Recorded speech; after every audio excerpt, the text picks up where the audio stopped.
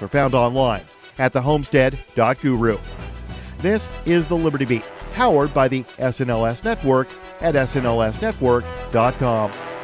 I'm Mick Murrow, reporting for the Liberty Beat, reminding you, spread liberty with a smile. It's the Onion Radio News. Teen sex is linked to alcohol and drugs by the Center for Figuring Out Really Obvious Things. This is Doyle Redland reporting.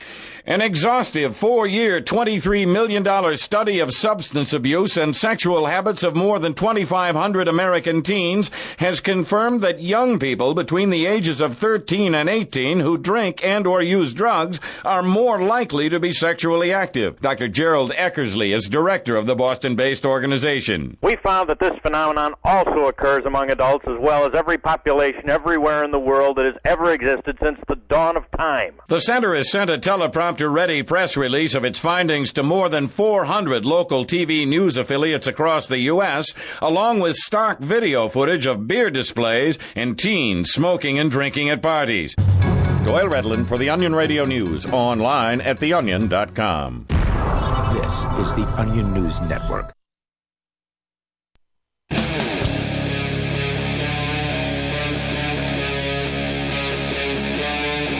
Free Talk Live. It is Free Talk Live, and you can bring up anything you want here. Toll-free number 855-450-FREE. That's 855-450-3733. In the studio with you tonight, you've got Ian. Nobody. And Chris. All right. Of course, you can take control of the airwaves. You can bring up anything you want. We talked in great detail last night about what is going on, or at least as great details we can do from halfway across the world from Seattle, basically. Not quite halfway, but it's the distance between where we are, which is New Hampshire, and Seattle, where there is the Capitol Hill Autonomous Zone. And I have not heard that it has been taken down, so I presume that it is continuing. You had asked me about this earlier today, Nobody, as far as if we had talked about it last night on the show, so I guess it's interesting to you as well. Oh, absolutely. Absolutely. I mean, I don't agree with their politics, but, kicking the government out is a great idea. Yeah, and that's where that's where I was coming from last night on the show, because Mark was acting like, oh, well, which side do you pick? He doesn't want to pick either because he sees them both as bad. And there's no doubt, I don't want to be in a commune. I don't want to live that particular lifestyle. But I support, I said that I support the idea of upending the status quo, even if it's people who are doing it in a way that will probably have differing goals than I do. If we share the same goal in one area, I'm willing to work with those people in that one area. Absolutely, because, not everybody is going to do anarchy the same way. So if there isn't a government forcing a one-size-fits-all solution on everybody, then you're going to have areas where people are more socialist, and you're going to have areas where people are more capitalist, and you're going to have areas probably some areas will probably be patrolled by the KKK, but other areas will be patrolled by the Black Panthers, and that not every place has to be the same. Yeah, well, that's what makes life interesting. Places can be different. That was the whole idea of federalism. And there's something to be said for a return to that, so that if you don't like the way things are in the place where you are, there's someplace else to go that's different. Yeah, choices are good. Yeah. We like choice in the marketplace. We like choice when we can go. I mean, most of us do, right? Like, we like the idea of being able to go to a grocery store or any other store and have more than one option on the shelf as far as different types of things that we can choose. And so why shouldn't the places we live be the same? Yeah, obviously there are differences between cities. Clearly, there's one street looks different from another, right? But from the political aspect, all of us cannot get along. It's quite clear that in the United States, people can't agree with one another on things, and they should stop trying. This whole experiment has been a failure. I mean, I think it's probably better than, in a lot of ways, than King George, but, it's worse in some ways than King George, too. I mean, so what exactly experiment are we referencing? The United States. The United States. Yes. Okay. So democracy. Well, I mean, democracy had been experimented with prior to the United States. It was a failure every time. Yeah. Yeah, I mean, it never really worked out. I mean, The whole idea of trying to keep all these disparate groups united in some way under one banner doesn't work. It doesn't. It doesn't. But at the same time, it's kind of interesting because we've got a democracy that is almost like, well, we have to be the same. Like there's enough similarities that you end up with the sameness everywhere. What do you mean by that? The sameness? Like, because cities are definitely not the same as the countryside. No, maybe not. But there's, I don't know if you've noticed this, but so maybe there is some differences between the different states and cities and things, right. But there's a lot of sameness too, and you end up with two sides, and there's not really this diversity that you might find. When you say sameness, do you mean like the fact that you can go to a McDonald's in any place, or like what do you mean when you say laws? Sameness? Laws. Okay. One place passes a law. There wasn't a single state with legal weed for a long time. Yeah, that's true. Now there is. There isn't a single state where the drinking age isn't 21. Right. It's true. You get one state that does something or one city that does something, and then everybody else copies it. But a lot of that also has to do with the federal government. So, for instance, you mentioned the drinking age. Some of it is. The drinking age specifically was compelled by the federal government. So that unifying violent force that rules over all of the United States is definitely a major factor in the sameness that you're talking about. If they were gone, then you would definitely see more variety between the places. Yeah, we probably would see more variety, but I don't necessarily know that would entirely solve the problem. Well, no, of course that wouldn't solve the problem of the existence of the state. No, right? But it's also a problem that you have whether you have people on the right or you have people on the left, they support the state effectively. Yes. And so that's the problem. We don't end up That's the ultimate problem. Right, and we don't end up with we don't end up with options. I don't know that we would just automatically end up with options just because we got rid of it. Well, you would have options because you would have 50 different options if they all were their own individual nations, or maybe there'd be fewer than 50. There's enough similarity within the United States that we would still end up with a lot of the sameness. Maybe I'd rather find out. I would too, but I don't let's necessarily know that in and of itself it would work. We have if you look at, if you could get rid of the federal government, that would work at getting rid of the federal government, right? We're talking about a world in which that can be possible. Yeah, where at some point, whatever the reason is for it going away, whether it be Adam Kokesh getting elected and taking it apart from the inside, which isn't likely, or because it just simply fails, right? As all governments do over time. I think it's a first step before you get to something that might work. But like right now, and the federal government to a large degree is also inhibiting diversity in that we have immigration laws and things of that nature. Sure. But if you look at the world as a whole, the United States is for a long time kept Chinese immigrants out. They've kept Muslims out. They've kept different groups out. No, so from what I understand, they're keeping everyone out due to the whole COVID thing. Well, right.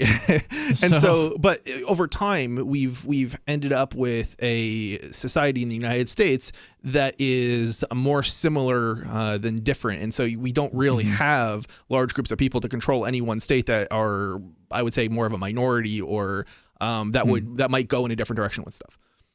I think you definitely have a lot of political diversity in terms of what people want. I think you're underplaying this, Chris. I think if you look at the significant differences, for instance, between Bible Belt states and California and the West Coast states, you see some tremendous differences between culture and the kind of people who are living in those places. So that would absolutely manifest in the governments that they have. You're talking about we have 50 states, right? We don't have 50 different sets of laws. We have two sets of laws. It's one for the red and one for the blue. And there's a little bit of some difference in there, but there's a lot of the homogenizing force there, though, is the rigged political system where pretty much all political power is divided between the Democratic and Republican parties, and they've rigged things so that other parties like the Libertarians and the Greens aren't able to compete. They've also rigged the media and bought up the media to the point where, nobody in the media can talk about anything other than Democrats or Republicans. So I think there's a lot of artificial skullduggery at work in the lack of diversity that we see in terms of what's actually implemented. Yeah, and I think you'd see it getting to become, the difference would be more stark between the geographic areas. Absent the federal government, this sort of, as I said, this unifying depressive force, you would see, I think, more migration, right? More people knowing that they could really have a greater impact in, say, Texas, and be around more people who are like them, and not have the people from California trying to force their viewpoint on them through the federal government. You'd start to see more differences becoming clear. One state would have legal abortion, the next one wouldn't. I think one state nice, would put the Bible in their schools, the next one wouldn't, and you'd start to give people choices like that. The toll-free number is 855-450-FREE. You can weigh in here and share your thoughts, plus the people who've taken over in Seattle, the Capitol Hill Autonomous Zone, as we talked about last night, they've got a list of demands, and, well, we can get into that coming up as well. Free Talk Live. Bitcoin.com has launched a trading platform at local.bitcoin.com, allowing you to buy or sell Bitcoin Cash via dozens of payment methods like PayPal, Venmo, bank deposit, remittances, or meeting in person with cash. There are no ID requirements to sign up for and use the site, and all communications between buyers and sellers are encrypted. Finally, a global trading platform that respects your privacy. Visit local.bitcoin.com to get started trading Bitcoin Cash. local.bitcoin.com. This COVID-19 thing has turned the world upside down. Regardless of what you believe about it, it has changed our lives. But what's not changed is that if you own a business, you need to advertise to reach new customers or clients. Our audience is not the kind to stick their heads in the sand during a crisis. They are fully engaged and more active than ever. Special advertising packages are available to you to help you not just recover, but thrive. Email my sales manager, Matthew at freetalklive.com. Got shaving irritation? Shave Secret shaving oil can help stop it. Shave Secret doesn't cost much and is an all-American product. My name is Chuck Howard, and I developed Shave Secret and pioneered its use starting back in 1991. Ingrown hairs drove me nuts for years. Shaving oil changed all that. Why put up with ingrown hair, bumps, red rash, nicks, and cuts? Shave Secret provides men and women with what we believe is the best shave ever. Our proprietary blend of 100% natural base and essential oils, plus a hint of menthol, was designed to help eliminate shaving irritations like ingrown hairs, bumps, red rash, nicks, and cuts. We'll lose those shaving irritations. Available at Super Walmart, H-E-B, Wegmans, Giant Eagle, Discount Drug, Navy and Marine Exchanges, Amazon, and ShaveSecret.com. Use the code FTL for Free Talk Live and get a discount. Shave Secret, the best shave ever. Why did you move to the Shire? I moved here to the Shire because there's other people around who take liberty just as seriously as I do. I moved to the Shire because I saw videos of people challenging authority and thought that I could get support myself. It called to me, like, do this, right now. I wanted to be around people like me who got it, and once I got here, I knew there was nowhere else that I wanted to be. I've always wanted to change the world, so I moved to the Shire to join people who were actually working towards doing the same thing. The people here are awesome, loving, and positive. It was for the adventure and for the feeling of something important is happening here, and I just wanted to come to sort of be part of that. Visit ShireSociety.com to read and sign the Shire Society Declaration and learn the reasons why, if you love liberty, you should immigrate to the Shire. Plus, connect with others via the forum at ShireSociety.com. That's ShireSociety.com. The LRN.FM's social media channels have been revamped. We've eliminated Facebook and focused on other platforms like Twitter and Mastodon, the decentralized alternative to Twitter. On our accounts, you'll find posts from multiple LRN.FM show hosts together in one place. Follow us on Twitter at twitter.lrn.fm, or better yet, move to the decentralized Mastodon social media platform at toot.lrn.fm, toot.lrn.fm. I think you'll like it. Are you a cryptocurrency advocate? The Crypto Tip is the ideal outreach tool to help new people discover cryptocurrency. It's a printable business card-sized tip that you can give to service providers, preferably in addition to a good cash tip. When the server scans the QR code, it'll bring up an explanation of cryptocurrency, how to install a wallet, and allow them to claim the tip. If they don't claim the crypto, you get your tip refunded to you after a time period you specify. Plus, if they do claim the tip, you get an email alert. Create as many tips as you want at cryptotip.org. That's cryptotip.org. You can put the Liberty Radio Network on the air in your area. Visit broadcast.lrn.fm to learn how. Broadcast.lrn.fm.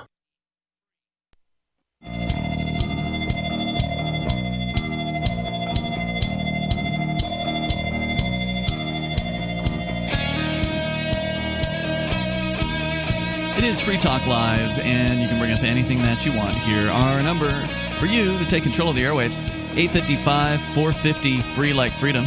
It's 855-450-3733. We have the Discord call-in line rooms at discord.lrn.fm. You can jump into one of those. You'll sound almost like you're sitting here in the studio with us tonight. And tonight in that studio, it's me, Ian.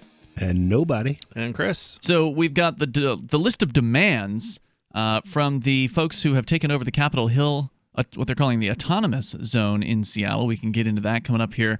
We were also just kind of talking about the idea of getting rid of the federal government and what would things look like in a future where the states could kind of go their own way. Mm-hmm. I suspect you'd see some federations, right? Like maybe the West Coast states would come together and they'd have their own Pacifica or something like that. Texas would probably do its own thing, and who knows what else would pan out. But we're going to go to your calls and thoughts here in a moment. Want to make sure you know about Intercoin, because whatever it is you're looking to do, maybe you've got your own society that you want to create, or you've already got something put together and you want to get cryptocurrency involved in it. Intercoin can do a lot of pretty neat things. They've got programmable coins, for instance, that are designed to help groups raise money for a new project or initiative in a way compliant with regulations. Coins can represent securities that obey individual rules, like not being sold to U.S. residents for 40 days. Purchased coins can contain rules that govern how they're to be spent and when they can be cashed out. And Intercoin itself is designed to provide full trustless liquidity between any currency pairs, removing the need to list coins on exchanges to enable secondary trading. Intercoin is attempting to regain some of our freedoms that are threatened on the internet and in meat space. We think that's important here on Free Talk Live. So important, we accepted $40,000 worth of Intercoin tokens from Intercoin Incorporated for advertising. If you think freedom is important too, check out Intercoin at intercoin.org. You can invest in this project and potentially make big gains, or just be involved and perhaps shape its future. That's intercoin.org. We go to Brian calling us from Fremont, Washington, which apparently is in the Seattle area. Brian, you're on Free Talk Live. Hey, I am calling you from the Capitol Hill Autonomous Zone. I'm really up at 12th and Pine, right on the corner out here, selling coffee, grilled cheese, and herbal cookies. Really? Nice. Come on down. All right. Well, it's a little far. I wanted to see what the tax rate. Yeah, it's a little bit of a hike for me, but but. Mask off. Hold on.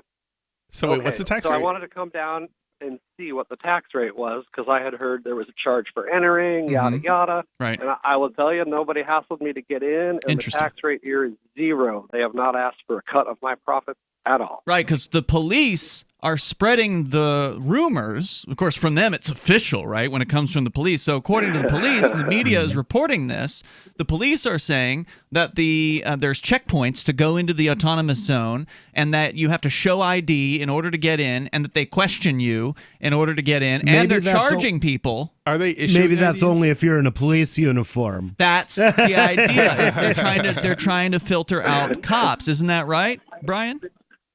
They're filtering out cops, and they're also trying to filter out like rabble-rousers. What's it look like when you come up to one of these, entry points or checkpoints or whatever? Did they just pretty much ignore you, or did they stop and talk to you? It looks like every concert I ever went to, you could go through the cattle gates, or you can just go for the open hole on the side. Mm-hmm. And so you had no I walked issue. around. So you walked around, and you were fine. Yep. Now, do you live in this area, or are you visiting just to kind of check things out? I live out in the ghetto of the suburbs. Mm-hmm. Okay. And so I made a bunch of food to bring down. feed everybody, and I got a $1 price tag on it just for fun. Anybody that asks actually gets it for free. Oh, interesting. Because I know that a lot of the sort of the lefties, they don't like money, for instance, or at least they claim that, and so they say that they believe in a gift economy, and I imagine that's to some extent that exists down there. What's it like there? Can you tell us more about your experience so far? Well, I definitely got to lay low being an ANCAP, that's for sure. An anarcho? You mean an anarcho-capitalist? 100%. Oh my God! Yeah. You can't say that on the radio. Sorry. We gotta let you go. That can't go out. 855-450 free. Wow. That's 855-450-3733. But the most important part of his call was that he's there. Everything's fine. They did not stop him. They did not threaten him. Yeah. They did not harass him, demand ID in order to get into the autonomous zone, which just counters what the police and the media have been saying. The police and the media have been claiming that there's a warlord there and that they're going around threatening people and trying to extort money, and there's just no evidence for that. Wow. Yeah. That's pretty extreme. I saw that warlord piece and I thought it was parody. Well, wow. I mean, it's ridiculous. But if it were true, then I mean, would hope we'd see some evidence of it, right? Like I said yesterday, if somebody is demanding money to enter a particular gate or whatever, one of these checkpoints that they have up, well, then it shouldn't be too hard to capture evidence of that. I mean, unless they're like literally going to shoot you, you could probably get video of someone trying to extort you for walking into a certain place. Absolutely, especially if you're wearing a body cam. Yeah. Of course, you might have turned it off, If you're a cop, you mean? Yeah, maybe the cops have turned their body cams off so, they can brutalize people at the border. Well, I don't imagine the police are anywhere around the border. It sounds like they've evacuated this particular zone. Now, where you start to find the police again outside the autonomous zone, I don't know. But I suspect they're not just standing right outside the gate. But if you're there and you can, call in and tell us more without saying the F word on the air, then we'd be happy to tell you more or hear more from you about that. Our toll-free number, again, is 855-450-FREE, like freedom. From what my roommate told me yesterday, he's got the business he works for is in Seattle, and so he knows somebody who lives in the Capitol Hill Autonomous Zone, and he says that they report that everything's fine. People are going to work as they normally would, and it's just you don't have any police around. That sounds nice to me. It's interesting. I've been to this Capitol Hill. I actually stayed there for a couple days at conference. A number of so is there like a convention center that's nearby? No, actually, it was Bellingham, Washington. But I stayed. Okay. We flew into Seattle and then stayed the night. Stayed a couple nights in Capitol Hill area, and it's kind of interesting because I have an idea of like what this is like, and it's there's skyscrapers all over. Yeah. So it's like, or at least there's a lot of business. Yeah, there. There's a lot of business. It's a very densely populated area. It's a city. And isn't the city hall within this particular zone? Because what I understand is they took over city hall. I don't know the area. That's my understanding. Well, but I do know what it's what it feels like to be in that area, and it's like just to think that like the police would give it up and not police it is. That's fascinating. It's very fascinating. Yeah. So we've been, like I said, it seems like not the area where I would want to do that, though. I mean, why not? Because sooner or later they're going to take the skyscrapers back. The city doesn't care about the skyscrapers. They care about their headquarters, the police precinct that they abandoned. They care about their property, not yours. But the corporations have a lot of control, too, and they own the skyscrapers. Well, so far it sounds like business is as normal. You can go to your job. They're not keeping people out. It's true. It is, it does actually beg the question of, if things are operating normally other than the police, it could be, a danger to them to actually go into to the police. Yeah, to the police as far as, keeping things operational. We've seen the police don't want to go into dangerous places. Yeah, Look at the school shootings where the cops stay outside and they wait and they wait and they wait. Broward's coward. Yeah, 855-450-FREE, 855-450-3733. We have the list of demands. It's a lengthy one from the Capitol Hill Autonomous Zone. Do you want more businesses accepting Bitcoin Cash and Dash? Now, with AnyPay, you earn passive income for every purchase at those businesses. Finally, a financial incentive to spread Bitcoin Cash and Dash. You made it happen, so you receive the rewards. Download the AnyPay Cash Register app and add your cryptocurrency wallet addresses. Then install it at a real-life business and tell us what you did at anypayinc.com. anypayinc.com. The next generation wallet is coming from Divvy. In just a few taps, you'll be able to send, earn, spend, and exchange digital money in seconds. Send money around the globe with only a swipe. Instantly exchange between Divvy, Bitcoin, and fiat right in the mobile app and withdraw directly to your bank account. Divvy already offers the first one-tap solution for earning passive income with crypto. Multi-tiered masternodes allow everyone to partake in the network. Visit DivvyProject.org. DivvyProject.org. So the protection of life, liberty, and property is what the Free State Project is all about. But it's an effort to move 20,000 people who understand. It's about demonstrating to the entire country that, yeah, we can have a free market, a truly free market. Making it just a freer, great place to live. It's the world's largest voluntarist libertarian community, and it's only getting bigger. That's amazing, to be able to move to a place where other people passionately believe in being free and independent. What the Free State Project is managing to do, though, is to put their money where their mouth is. It's physically getting up across the country and saying, let's go someplace and let's demonstrate the power of these ideas. There's a lot of kind of philosophy that surrounds liberty. There's a lot of thinking about it and talking about it. But here in New Hampshire, people are doing it. 101 Reasons Liberty Lives in New Hampshire, a documentary by Free State Project Early Movers. Watch it free at 101reasonsfilm.com. 101reasonsfilm.com. Do you want more businesses accepting Bitcoin Cash and Dash? Now with AnyPay, you earn passive income for every purchase at those businesses. Finally, a financial incentive to spread Bitcoin Cash and Dash. You made it happen, so you receive the rewards. Download the AnyPay Cash Register app and add your cryptocurrency wallet addresses. Then install it at a real-life business and tell us what you did at anypayinc.com. anypayinc.com. There are lots of ways to listen to Free Talk Live. Our podcast has been around since podcasts began, and now the FTL feed is loaded with content besides our full show archives. Did you know that we make it easy for you to customize your podcast subscriptions? We have different feeds, one that includes only our full shows, one with just the Daily Digest, and our main feed that includes everything. You decide what you listen to. It's quick and easy to customize your feeds at feeds.freetalklive.com. That's feeds.freetalklive.com. If you're looking for work, the person you are applying to is probably so swamped with applicants that he or she is tough to reach. So call early in the day, before 8 a.m., before the palace guards arrive. You'll need your prospect's direct number, and here's a sneaky way to get it. Suppose the company's main number is 555-5000. You should call 555-5012.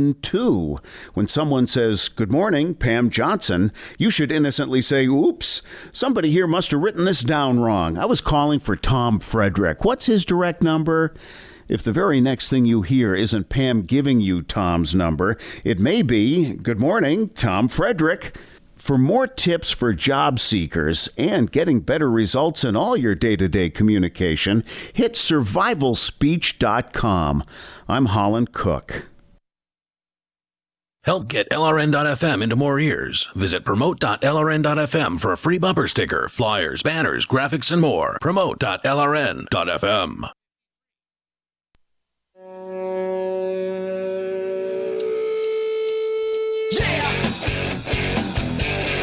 Yep, it's Free Talk Live. You can bring up whatever you want here. The toll-free number is 855-450-FREE. It's 855-450-3733. Also, we have the Discord call-in line rooms over at discord.lrn.fm. Feel free to hop into one of those. You'll sound almost like you're sitting here with us in the studio. And with you tonight, it's Ian. The nobody formerly known as Rich Paul. And Chris. And I want you to know about the AnyPay Cash Register app. They've got some cool features that make it super easy to accept cryptocurrency like Bitcoin Cash and Dash. Go to download it at your favorite app store, Google or Apple. They've got it there. AnyPay Cash Register. Get it installed at your point of sale and then set it up. It's super easy. You just put in your crypto wallet addresses in the back end and you're done. I mean, it literally is the fastest system you'll ever set up in your store. Like, credit cards, man, that takes days to get, weeks maybe to get a credit card merchant account put together. This is like 5 minutes, 10 minutes for the AnyPay Cash Register app. Go grab it online or just go to anypayinc.com. That's anypayinc.com. So, do you guys want to get into the list of demands here? I mean, yeah, I'd definitely like to hear it. It's kind of, if you've been around protest movements like Occupy Wall Street, for instance, and I think nobody, you went to a little bit of that. I definitely went to some of it here. Yeah, I was at a little bit in Keene, and if you've seen these lists before, then this will sound somewhat familiar. It's what you would expect to be put together by some radical leftists, basically. And so let's get into it here. This is the post from Medium.com, posted by a username called Free Capitol Hill. So we don't know who is behind this particular list, but they are claiming to represent, quote, the demands of the collective black voices at Free Capitol Hill to the government of Seattle, Washington. In credit to the people who freed Capitol Hill, this list of demands is neither brief nor simplistic. This is no simple request to end police brutality. We demand that the city council and the mayor, whoever that may be, implement these policy changes for the cultural and historic advancement of the city of Seattle and to ease the struggles of its people. This document is to represent the black voices who spoke in victory at the top of 12th and Pine after 9 days. That's what the guy was calling from 12th when he called just a moment ago. The 12th and Pine after 9 days of peaceful protest while under constant nightly attack from the Seattle Police Department. These are words from that night, June 8th, 2020. So presumably this is one of those collective events that they have. I don't know if you experienced this, nobody, when you were at the Occupy thing, but they have these certain organizing methods that they use to take a large crowd and to attempt to take input from multiple members of that crowd. Yeah. So they have certain techniques. I suspect that was what was going on here. Yeah, like basically one person yells something and then everybody else repeats it. That's one of the things that they do. That's the main. I found it creepy. Yeah, it's weird. It's one of those kind of culty lefty organizing things, but it's the way they do things. And they also, instead of applauding, they will do like a jazz hands kind of thing. I don't know if you remember that. And the idea there is it doesn't make noise, right? So right. Keep having the conversation. So going on here, for ease of consideration, we've broken these demands into 4 categories: the justice system, health and human services, economics, and education. Given this historic moment, we'll begin with our demands pertaining to the justice system. Number 1, and this is in bold, the Seattle Police Department and attached court system are beyond reform. We do not request reform. We demand abolition. So they say further, we demand the city council and mayor defund and abolish the Seattle Police Department and the attached criminal justice apparatus. This means 100% of funding, including existing pensions for Seattle police. So getting rid of the pensions for the police. Good luck. But I support that, though. I mean, that's great. Oh, yeah. That's a great idea. Yeah, I would support it too, but good luck. Yeah. At an equal level of priority, we also demand the city disallow the operations of ICE, which is Immigrations and Customs Enforcement, inside the city of Seattle. All right, I'm on board with this one. Yeah, sure. I don't have anything. No complaints there. I'm down. It's going to be hard for them to abolish. Like, the Seattle government could probably abolish the police department. That's probably within their purview. But I suspect the courts are state-run. They're probably not. I don't know exactly how Washington's court system works, but generally the courts are a state apparatus. They'll have a district court probably in the city of Seattle. They may even have more than one, right? They may have like a north and south district court in Seattle, but those are likely run by the state government. So that's going to be a tough one for the Seattle government to abolish. Yeah, I don't know exactly how that works either. They would have to set up some sort of militia in order to defend their turf if they wanted to go outside of that system. Well, supposedly they are. The Redneck Revolt people are apparently on the ground. I don't know if you're familiar with these guys and gals, but they are kind of they're a hard left gun rights group. They will Interesting. They will come out and they will show guns. They will openly carry, and apparently people are open carrying within the Capitol Hill Autonomous Zone. So, well, that's good. So I mean, I was under the impression that was a right wing, Well, no, there are impression. left-wing gun groups. There's a Huey Newton Gun Club. And Huey Newton, of course, was one of the founders of the Black Panthers. The Black Panthers was an armed and disciplined force. They were one of the most disciplined militias that I've ever seen in footage. Oh, yeah. They were left. They were left in a lot of ways, yeah. Okay. But these are groups who realize the value of bearing arms. Yeah, and even Mao Zedong said all political power flows from the barrel of a gun. That's right. And here's the Karl Marx said, under no pretext must the working man be debarred the use of arms, and that this must be resisted by force if necessary. So is this collectivist kind of arms, or is this individual arms? Because the right is individualist all arms are individual when one guy is carrying them. Well, right, but are you asking who owns the guns? Yeah, I mean, effectively, like you could potentially have a left wing militia that doesn't believe that individuals should have the guns, but the militia as a group, has. You may have that belief, and I don't know exactly curious about.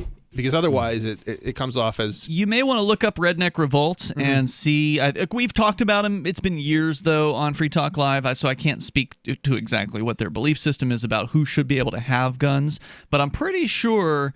I don't want to go out on a limb with that, but I would say check out the Redneck Revolt people, because they are supposedly there in Seattle. But so far, number one, we're on board. I think we're all in agreement that number one, abolish the police department and abolish the courts. Man, that'd be great if they could do that. And I hope that it happens.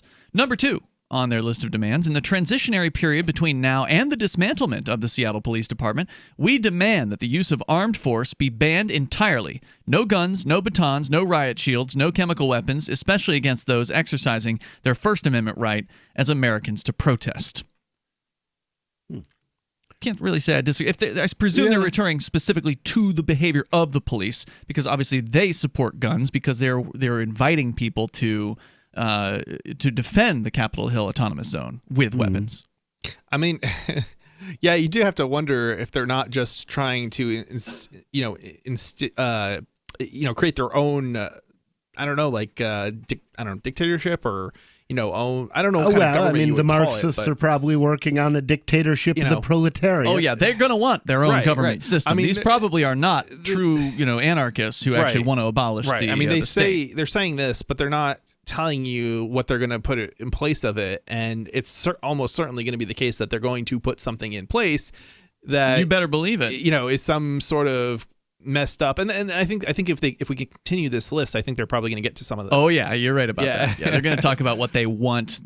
So this is what they want to take down, right? So far, right. But yeah, they're going to talk about what they want to. They're not really talking about abolishing the police. They're talking about abolishing police they don't control. Correct. They're talking about abolishing the police as they know them. And then what will it look like if they get their way? Well, we'll continue here. Number three, we demand an end to the school-to-prison pipeline and the abolition of youth jails. Get kids out of prison, get cops out of schools. We also demand the new youth prison being built in Seattle currently be repurposed. The toll-free number here is 855-450-FREE, like freedom. That's 855-450-3733. And the school-to-prison pipeline is basically saying the prison-to-prison pipeline, because that's all schools really are. They're just a day prison, an indoctrination center for young people. The toll-free number here is 855-450-FREE. More of the demands coming up. Houseflies defecate every 4 to 5 minutes, spreading diseases and germs. Protect your food and your health with Bug Assault, a miniaturized shotgun, which utilizes ordinary table salt as ammunition.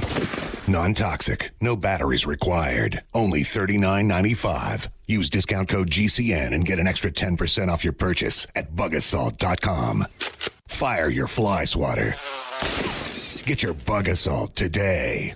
This is a pandemic survival alert, and the most time-sensitive messages you will hear this year. You still have time to plant a 1-acre crisis garden and secure a supply of your own nutrient-dense food. But time is running out, and it's one deadline you don't want to miss. Who should plant a crisis garden? Individuals, families, churches, communities, anyone or any group that sees hard times ahead. Let's face it, even the mainline media is talking about food supply disruptions and the growing number of grocery store workers who are becoming sick. But there's more. Meet Packing plants are closing, mile-long lines at food pantries, and more farmers now in financial trouble. The truth is, growing nutrient-dense vegetables this summer may be the single most important thing you do. Go to survivalseedbank.com and watch the new video to understand what we're really up against. Get free bonus seeds, special quarantine reports too. Don't wait. Every minute counts. Go to survivalseedbank.com. That's survivalseedbank.com.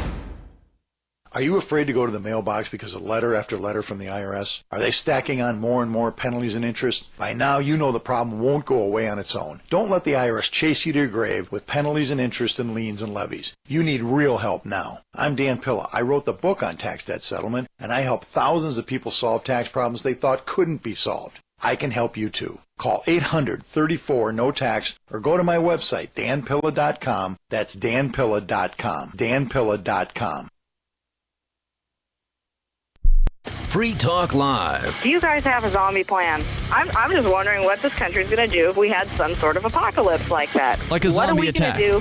People coming out of the ground, like in Thriller, like in Michael Jackson's like 28 Thriller. days later, like a virus or something. Oh, okay. I mean, people don't come back to life. Well, now, there are different kinds of zombies out there. Now, but let me go through the types of zombies. I mean, you've got the ones that can crawl out of the ground, right? And then she was talking about like an infection kind of zombie, like a la Resident Evil, for instance. So ideally, if you're going to have to perish at the hands of a zombie, which would be the preference? Would you prefer to have your brains eaten, or would you prefer to become one of them? I think I'd rather just die. The last thing I'd want is, of course, the people you split up with. Then I'm talking my wife and my child. I'm coming back. I'm wanting to eat Laura's brains. It's bad. It's bad. Free Talk Live, 7 nights a week from 7 to 10 Eastern, live on the Liberty Radio Network at LRN.FM. What if you want to hear the latest episode of Free Talk Live, but all you have is your phone, you forgot to download our archive, and you have no data connection? You can call our Listen line at 641-793-0191. That's a long-distance number, so you may incur charges. If not, listen as long as you want. 641-793-0191. The Free Talk Live Listen line, 641-793-0191. How many lawyers does it take to change a light bulb? None. They'd rather keep their clients in the dark. There are too many lawyer jokes to count. However, there are some lawyers with more noble intentions. At the Institute for Justice, we bring the light to our clients. We are a non-profit public interest law firm with clear values and principles. At IJ, we fight for those whose most basic rights are denied by the government. Visit our website today at ij.org. Some of our live shows are streamed in HD on Twitch. Please follow and share at twitch.lrn.fm. That's twitch.lrn.fm.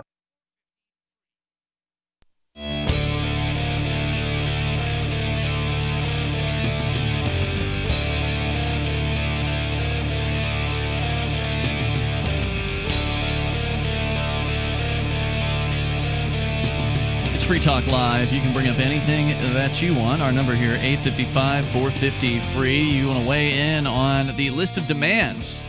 Now, we haven't really gotten into the disagreements too heavily here yet in the demands, but that'll be coming. We're going to get to that here. Your calls and thoughts welcome. Our number is 855-450-FREE, like freedom.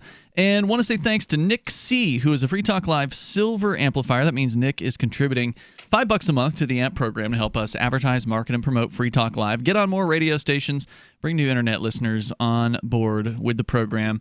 Just got the news this week that Cigar Dave is ending his talk show. Longtime talk radio listeners will recognize that name. Probably people that don't know anything about talk radio, never heard of him. But he was a relatively popular weekend show that talks about cigars and things like that, I guess.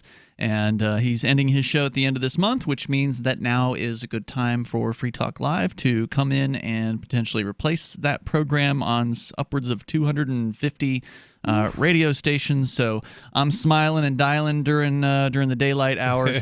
If you happen to have a local talk station that is airing Cigar Dave, then you might want to give them a call and tell them you want to hear Free Talk Live when they replace him, which will be coming up within the next couple of weeks. So by the end of this month, his show is done. He's calling it quits. He's going to do a podcast or something like that, because that's what a lot of these radio guys are doing. They're tired of of the daily schedule. They're tired of, in his case, it's just once a week, but they're tired of having the sort of the regular schedule where they have to be in a place at a certain time, and podcasting allows them to kind of do their thing whenever they want. So kudos to him for calling it quits. It's opportunity for Free Talk Live, and so the AMP program helps make that possible. ampamp.freetalklive.com. Also, one of the things the AMP program pays for is we got this guy who is like an industry veteran. His name is Skip. And he helps kind of represent Free Talk Live to a lot of program directors. I mean, I call hundreds of radio stations. That's kind of what I do during the day. But it's nice to have a guy who's been around for a few more decades than you. He knows some people that we don't. And so he actually was the affiliate representative for the Cigar Dave show. So I was able to reach directly out. He told me about it happening in the first place, so I got the heads up from him. And then he handed me the affiliates list from Cigar Dave. So I actually have the actual list of stations, which that's a hard thing to get a hold of. So we'll see how it goes. I mean, usually we don't get more than like a couple stations out of if some show goes away that's got like a 200 station roster, we might get 2 or 3 of them or something like that. So we'll see how it goes. But thank you to everybody for amping the show, like Nick C. at amp.freetalklive.com. So we've been sharing with you the medium.com piece, ostensibly written by a group of people in the Seattle Autonomous Zone, or what they call the Capitol Hill Autonomous Zone. And they're going through their list of demands. And it's going to be a lengthy one, which means we'll have plenty of things to talk about because there's going to be a lot of disagreements, I imagine, coming up here. But first, the ones we agree with are right up front. Abolish the police department in Seattle. Okay, cool. What will it be replaced with? Well, that's, I imagine, where people are going to have some pretty significant disagreements on how that should look. But that's not where we're at in the document, so let's go on. So he says, we demand, this is number 4, or whoever writes this, we demand that not the city government nor the state government, but that the federal government launch a full-scale investigation into past and current cases of police brutality in Seattle and Washington, as well. Trump's the guy they want running that? Right? Have they thought this out? Clearly not.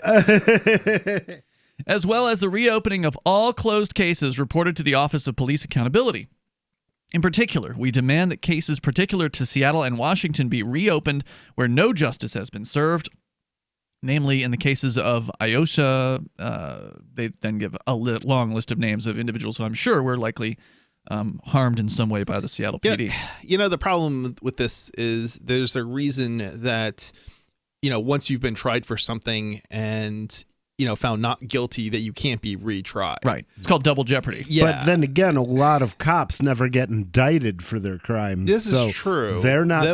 They're not protected by double jeopardy. I guess in those cases, but I don't know. It still feels like you got to think about this twice, because if you can do this to somebody else can do it to you. So they go on. They say we demand reparations for victims of police brutality in a form to be determined. Now, I agree with that.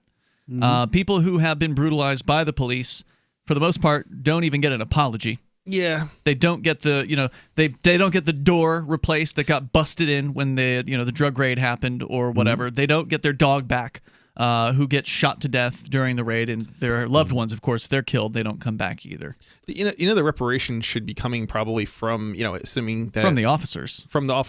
But I was thinking if they're going to have pensions, they should be coming from their pensions. Absolutely, it's a great idea. It's the pension fund. Well, yeah, they talked about getting rid of the pension funds. That's a perfect thing to use that money for. Right. Give it to the people that these police harmed. Number 6, we demand that the city of Seattle make the names of officers involved in police brutality a matter of public record. Anonymity should not even be a privilege in public service. Absolutely right. Yep. Any level of protection of identity that these people who work for the government are receiving, and they get it. Like a lot of times a cop will do a thing, somebody will witness something on the streets, they'll see the police behaving badly. The news will get out about this thing that happened, or it'll get out on social media or something like that. And then the police won't identify the officer involved. You have no way of actually pulling up the case. You have no way of finding out what was actually happening. They keep it close to their chest. They wrap the thin blue line around that officer, and they protect him. I know what you're saying, but that information, it does, usually you'll be able to get it with a lawyer and a lot of wrangling through various requests, legal requests and things. But yeah, it is kind of bizarre that they will refuse initially. Right, they try to protect them as long as they can. Right. You're right. Eventually, if you hammer away enough, you could probably find out who the cop is. But they put all the walls up. You got to fight just to get information. Anybody else involved, anybody arrested, they're on the list the next morning. Their names are out there with no effort. Oh, they're pushing those. They have no problem trashing the reputations of people who aren't even really guilty of anything other than. Public. I mean, effectively, they're trashing people's reputations who didn't even commit crimes in many cases. Yeah. Number 7, we demand a retrial of all people in color currently serving in prison a prison sentence for violent crime by a jury of their peers in their community. Wait, what? They want a retrial for all people of color currently serving a prison sentence for violent crime by a jury of their peers in the community. So if you were already put on trial and found guilty and you're in prison, then they want you to have a retrial. But not if you're white. But only if you're a person of color. Huh. Right. Yeah, according to that. It's, Yeah, I'm not really a fan of laws that treat people differently by race. Yeah, me neither. I mean, this is an interesting question because when they put these trials or these jury trials together, assuming you're even going to get a jury trial, or you got any kind of real trial, because most of these are a lot of plea deals. Plea deals, not actual conviction. I mean, they're convictions, but only because people were effectively forced into pleading guilty because they can't defend themselves. Know any better. They don't have the means to defend themselves. Right. They don't have the mental capacity to defend themselves. Mm-hmm. And not even necessarily people who are poor, but just even wealthier people don't necessarily have the. I mean, when I say wealthier, I mean like middle class don't have the means or the knowledge to defend themselves. Yeah, I don't think that the general concept. I mean, because I agree with you, nobody. There shouldn't be this qualifier of people of color. That's not fair. There's been all kinds of people who've been wrongfully targeted and persecuted by the police, and I presume that's what they're referring to here. Is the idea that the corrupt police are going to manufacture evidence. They're going to twist people's arms into taking plea deals and things like that. And so from that perspective, there are probably a lot of people sitting in prison who didn't do the thing that they were accused of doing. And it would be fair for them to have a trial. Agree with that. I just think the races should be treated equally. Agree. Just as, it is likely that some of the people who are unjustly imprisoned are white. Yeah, and they lose people, and I understand they may not care about that, but they lose potential supporters when they go this direction. It's not even really a jury. Like assuming we even had juries, right? In practice, maybe a very small percentage, but they're not of your peers. No. I mean, when you're poor, are there mostly poor people in the jury? Probably no. not. No. When you're black, are there mostly black people on the jury? Most cases, no. No. I mean, it's always they always like to exclude the people who might actually have some sort of sympathy for somebody who's up on the stand, and so you get this very unfair system. Even when things are and. I don't know if fair is quite the right word, but even when you get a jury, you don't get if you're right, if you're 100% right, and there's clear, undeniable evidence, you still only have 50% chance of winning. The toll-free number, if you want to join us here, it's 855-450 free like freedom. That's 855-450-3733. We got plenty more time coming up and plenty more demands to get through as well here, and we'll see how heated the discussion gets. You're also welcome to join us. The toll-free number is 855-450 free like freedom. That's 855-450-3733. This is Free Talk Live. Remember when you first heard about Bitcoin? How long did it take you to realize this little project would soon change the world? Do you kind of wish you had gotten involved sooner? Well, now is your chance to be a part of the next revolution in money. Intercoin is working to finally make crypto go mainstream. It's designed to be scalable enough to support everyday payments and even elections without the state. Bitcoin was originally supposed to be a peer-to-peer cash system, the way we would all pay one another without having to trust any third party. But instead, over time, it mostly became a store of value. That's because every 10 minutes, the Bitcoin network must put all transactions into a block, and that block can only hold so much. If crypto is to become mainstream, for people to use it for everyday payments, we need a new architecture, one that is as secure as Bitcoin while being far more scalable. Check out intercoin.org to find out more and maybe pick up some of those coins for yourself.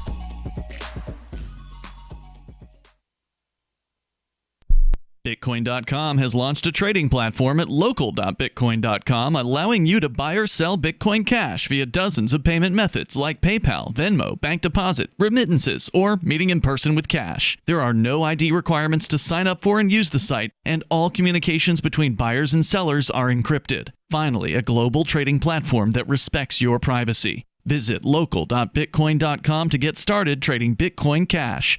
local.bitcoin.com.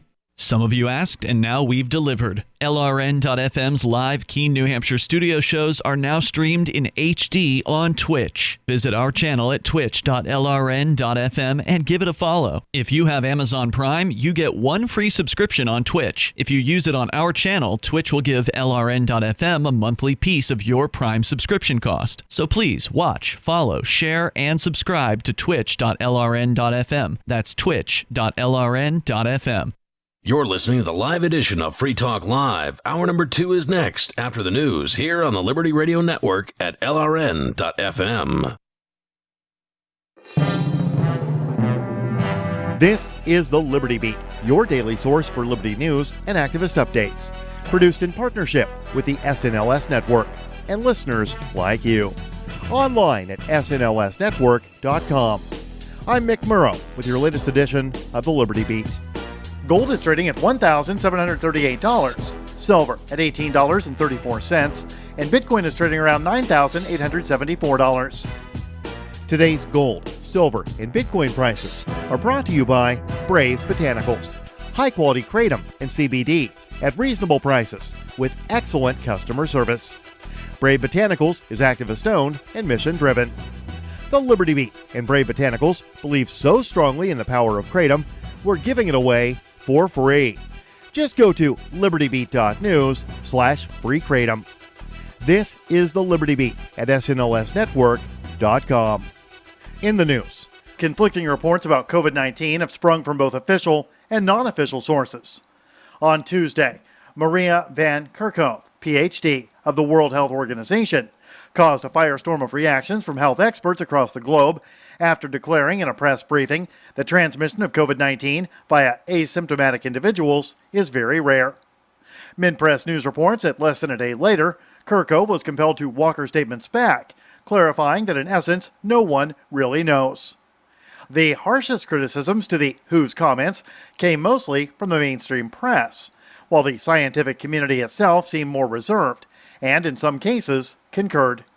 Professor Keith Neal, Emeritus Professor of the Epidemiology of Infectious Diseases at the University of Nottingham, conceded that the role asymptomatic transmission plays in the total number of new infections remains unclear, but symptomatic people are responsible for most of the new infections of COVID-19. Ever wonder where we find all the news to report right here on the Liberty Beat? Visit snls.news to get the world's most censored media published all in one place. Save yourself from the endless time spent searching for reliable alternative media. SNLS News makes it quick and easy. No ads, no clickbait, just raw headlines, 24 hours a day. Visit snls.news and get informed today without the corporate media spin. Your news now continues. Last week, a West Virginia law imposing strict reporting requirements for all asset forfeitures in the state went into effect. Enactment of the bill takes the first step that could lead to substantial reforms, including closing a federal loophole that allows police to bypass strict state asset forfeiture laws. Activist Post reports a bipartisan coalition of 2 Republicans and 1 Democrat introduced the House bill in February. The new law requires law enforcement agencies to report extensive details about asset forfeitures in the state, including the type and value of property seized and whether someone was charged with a crime when the property was forfeited. It also requires reporting on federal equitable sharing. Under the law, the information will be compiled on a publicly available website. After police in Seattle, Washington retreated from the Capitol Hill neighborhood, protesters took over the abandoned regime precinct and erected barricades to mark an autonomous zone for several blocks around it. 6 blocks of downtown Seattle have been declared the Free Capitol Hill Zone, or Capitol Hill Autonomous Zone, according to area activists that have taken control of Seattle PD's East Precinct on 12th Avenue and East Pine Street. The Free Thought Project reports journalist Julio Rosas tweeted photos from the zone including flyers demanding that Seattle PD be defunded, and declaring that police will, quote, always be racist because capitalism requires inequality, end quote. Police Chief Carmen Best confirmed that her department evacuated the precinct on Monday evening as an exercise in trust in de-escalation. 2 days earlier, Seattle PD used flashbangs and pepper spray to push back demonstrators at 11th Avenue and Pine Street, just a block away, after they had moved a security barricade and allegedly threw objects at officers. Support for the Liberty Beat is brought to you by the Homestead Guru. The Homestead Guru is an educational website offering tips, tools, news, stories, and commentary on everything homesteading. Topics include green homes, gardening, animal husbandry, do-it-yourself, home remedies, alternative energy, survivalism, unschooling, and more. Those details are found online at thehomestead.guru. This is the Liberty Beat, powered by the SNLS Network at snlsnetwork.com. I'm Mick Murrow, reporting for the Liberty Beat, reminding you, spread liberty with a smile. In a deal policymakers have hailed as a decisive step towards combating the rapidly escalating national debt, the United States settled 0.012% of its debt to China this week with a single autographed photograph of John Hamm. The sale of the glossy signed headshot of the acclaimed actor, which China reportedly accepted for a financial easement of approximately $150 out of America's estimated $1.3 trillion in obligations, concludes a 6-month negotiation between the two parties. The decision was obviously not an easy one, but without question, this was the right choice for our nation's future. And in this week's Science News, a distant planet is terrified that it might be able to someday support human life. In other news, a live cow is lowered onto the floor of the U.S. House of Representatives. The majority of an office's supplies are used to apply for different jobs, and a lapsed cult member only attends sanctum on major bloodletting holidays. This is the Onion News Network.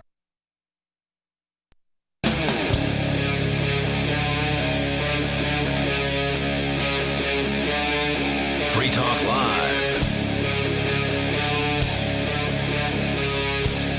This is Free Talk Live, and you may take control of the airwaves as we launch into the second hour of the program. Phones are open as always at 855-450-FREE, like freedom. With you tonight, it's Ian. Nobody. And Chris. 855-450-3733. We have the Discord call-in line rooms at discord.lrn.fm, and we're going to go back to your calls and thoughts. Coming up here, we're also in the midst of reading the list of demands, according to Medium.com, and an account there labeling itself Free Capitol Hill. They have a list of demands, what they say is from the, quote, collective black voices at Free Capitol Hill to the government of Seattle, Washington. And we are, I would say, not quite halfway through the list, but we are most of the way through their first part. There's 4 parts. The first part is reforms, or not even reforms, but change that they want to see happen with the justice system, including the abolition of the Seattle Police Department. So far, we've agreed with a good chunk of this portion of the demands, and we'll continue with that coming up here. But let's go to your phone calls and thoughts. We got Matthew. He's in Louisiana. Matthew, you're on Free Talk Live with Ian, Nobody, and Chris. All right, a couple of jokes about Chazistan. Chaz, by the way, stands for Capitol Hill Autonomous Zone. Go ahead. Right. Do you think that the Chaz will receive diplomatic recognition before Taiwan or after? Okay. The second question: if they do get diplomatic recognition, can we nominate Milo Yiannopoulos as the ambassador? I don't know how the people of the Capitol Hill Autonomous Zone would accept Milo Yiannopoulos. He's a gay right-winger, right? So and they would have a tough time with that one. They might have a tough time with him, but hey, he's very open-minded. He'll debate anybody, anywhere, anytime, any topic. Is he? I don't know. I don't really know much about the guy. I mean, he's made a few headlines here and there, and he's certainly been talked about, but I really don't know that much about him. He's actually very entertaining, even though I don't agree with all of everything that he has to say. Well, I would expect a flamboyant gay guy to be pretty entertaining. I mean, that's pretty much, that's pretty much a given. Yeah. Yep, that's about it. Well, that's it. Thanks, that's Matthew, for your call tonight. I appreciate it. And the toll-free number, if you want to join us, 855-450-FREE. That's 855-450-3733. So we haven't disagreed with too much yet. We'll continue here with the list of demands for the justice system. Number 8, we demand decriminalization of the acts of protest and amnesty for protesters generally, but specifically those involved in what has been termed the George Floyd Rebellion against the terrorist cell that previously occupied this area known as the Seattle Police Department. I'll give them some credit for that one. That's good. Call the police like they are. The definition of terrorist. Now, there are people probably out there saying, what do you mean terrorists? They're our protectors. The police are helping us. They didn't protect George Floyd, I think that statement probably went over the majority of people's heads. They don't understand that the police are being called terrorists. That's exactly what they're doing. Yeah. Right, that's what they're doing. But most people aren't going to get that. They're going to get confused by that very statement because they don't have this perception of police as being terrorists. But they are. A person who uses, well, now, the definition here at Google uses the term unlawful, which is... not necessarily the definition of terror. Well. A person who uses violence and intimidation, especially against civilians, in the pursuit of political aims, which is all the police do. The police act unlawfully all the time, though. So that depends on whose law you're talking about. If their own law. Well, they don't even obey they're violating their law. It's just they're not being prosecuted for it. Right. So effectively, it's legal what they're doing because nothing's being done about it. No, I mean, technically something is illegal even if it isn't prosecuted. Right. You know? Yeah. That doesn't make it legal. That just makes it tolerated. Yeah. That's the difference between de facto and de jure. But ultimately, there is no difference between the terrorists in the Middle East and the terrorists in the Seattle Police Departments. Well, except that the ones in the Middle East are no threat to us. That's true. That's a great point. The ones in the Middle East are not going to raid your house in the middle of the night. And they're not going to choke you to death in the streets. They didn't kill George Floyd, and they didn't kill Duncan Lemp. No, in fact, the number of people killed at the hands of police every single year dwarfs dramatically the number of terror strikes victims inside the United States. Oh, yeah. Well, when the hell was the last terror strike inside the United States anyway? The Boston bombing? Yeah. Was there something since then? Like that. I don't know. I don't know. I mean, there have been a couple of military bases shot up, and it all depends on what you want to count. I mean, do you count Dylan Root? Do you count who shot up a church? He was definitely, I would call him a terrorist. He wasn't True. He was more of a right-wing American terrorist than he wasn't I always a Muslim terrorist. I always take issue at people calling, these random entirely unorganized individuals who just shoot up buildings or hotels or whatever, or as terrorists. Because, are they just trying to murder people, or is there some sort of agenda they have? I mean, terrorism. He had a political agenda. His whole intent was political, which was not necessarily the same as a lot of people who do these things. Right. I mean, if you're just out there, if you're just mentally out there and are shooting stuff up because reasons that have nothing to do with some sort of political agenda. Is it really terrorism? Yeah, I mean, if you think the CIA is talking to you through your teeth and you shoot up a building, then it's probably not political unless the CIA is actually talking to you through your teeth, which, may not be impossible. I don't know. It's just like we overextend the use of the word until the point in which it's meaningless. Yeah.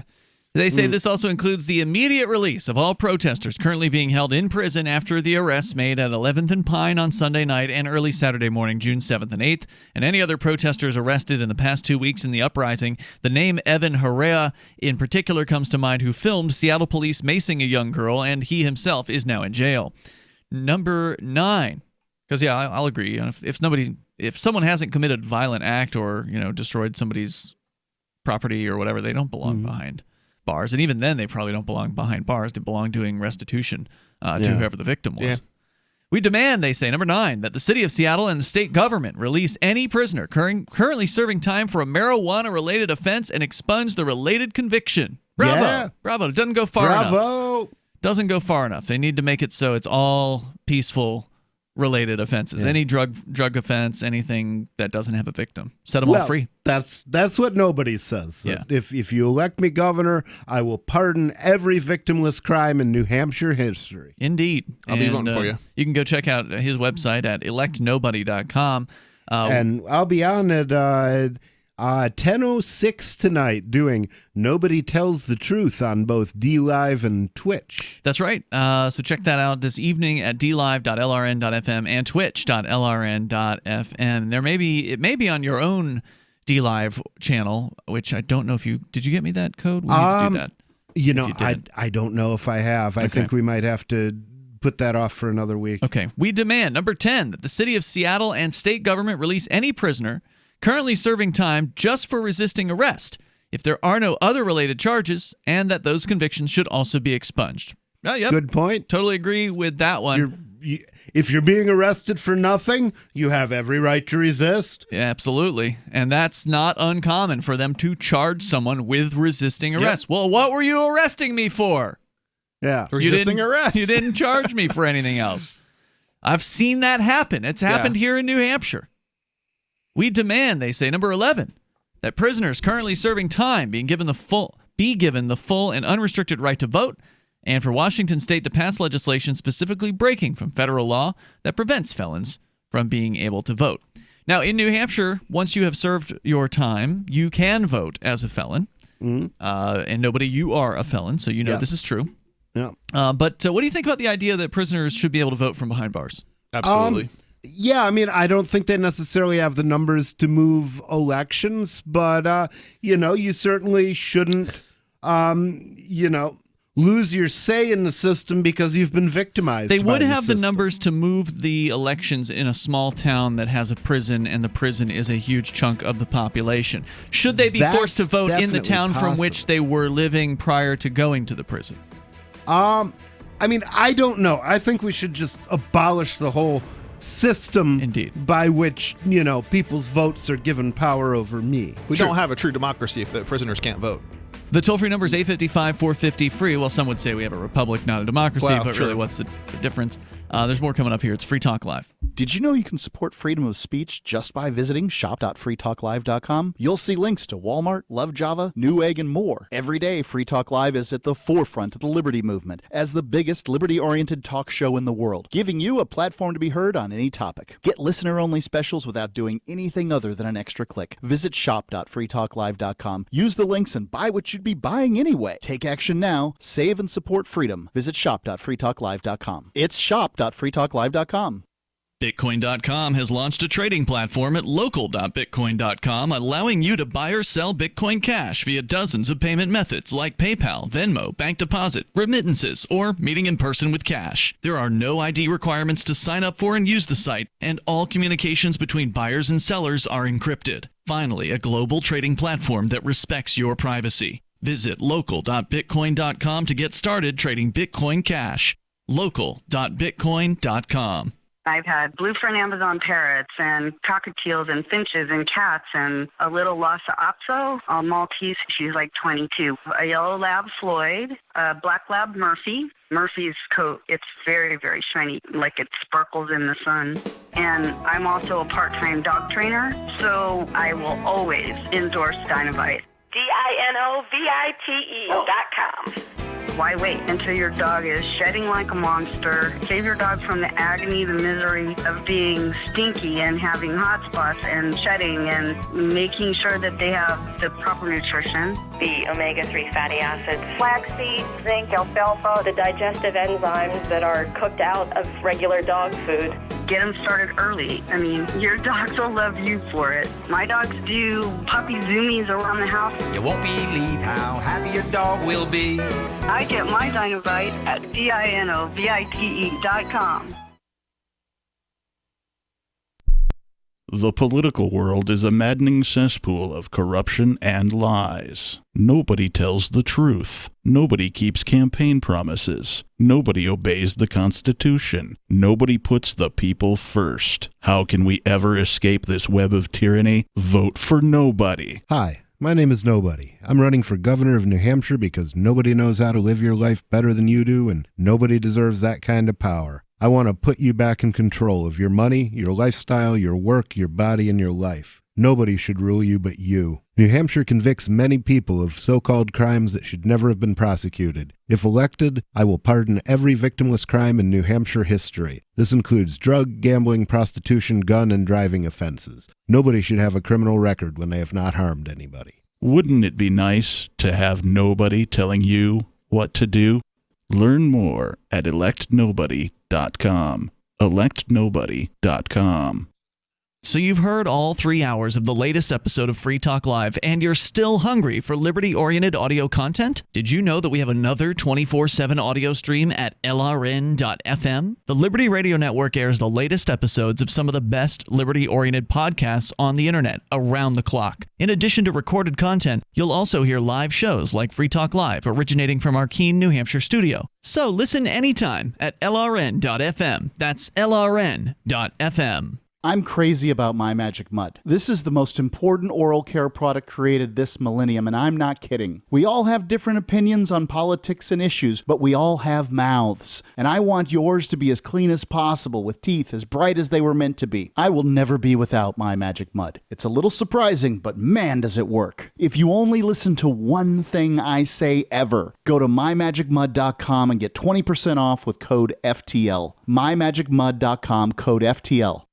Love what we do? Please help support our international satellite channels at patreon.lrn.fm. That's patreon.lrn.fm.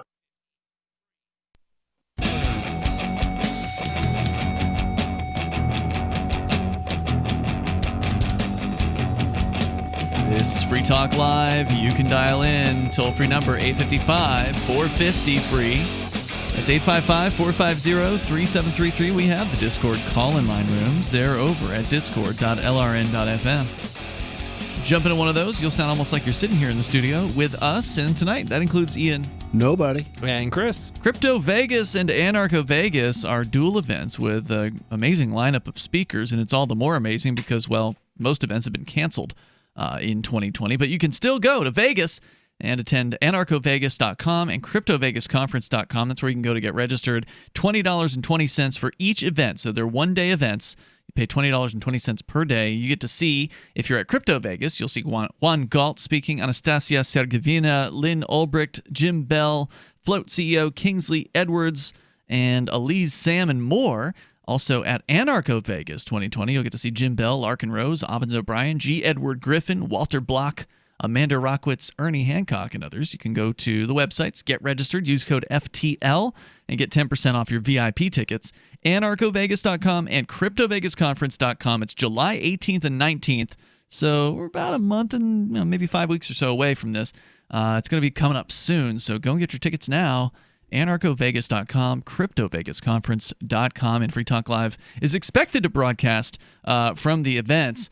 And I think that at the very least, Mark and Arya are willing to go out. I myself, I'm not willing to put a damn mask on to fly somewhere. So it's kind of a questionable situation of there's news reports about, can you get on a plane? Or some people are saying you can get on a plane without wearing a mask, because a lot of people have apparently been doing that. And so the Karens are really upset, and they've been complaining to news media. So there's this lengthy story at the New York Times within the last week that's just crying about all these people not wearing masks on planes.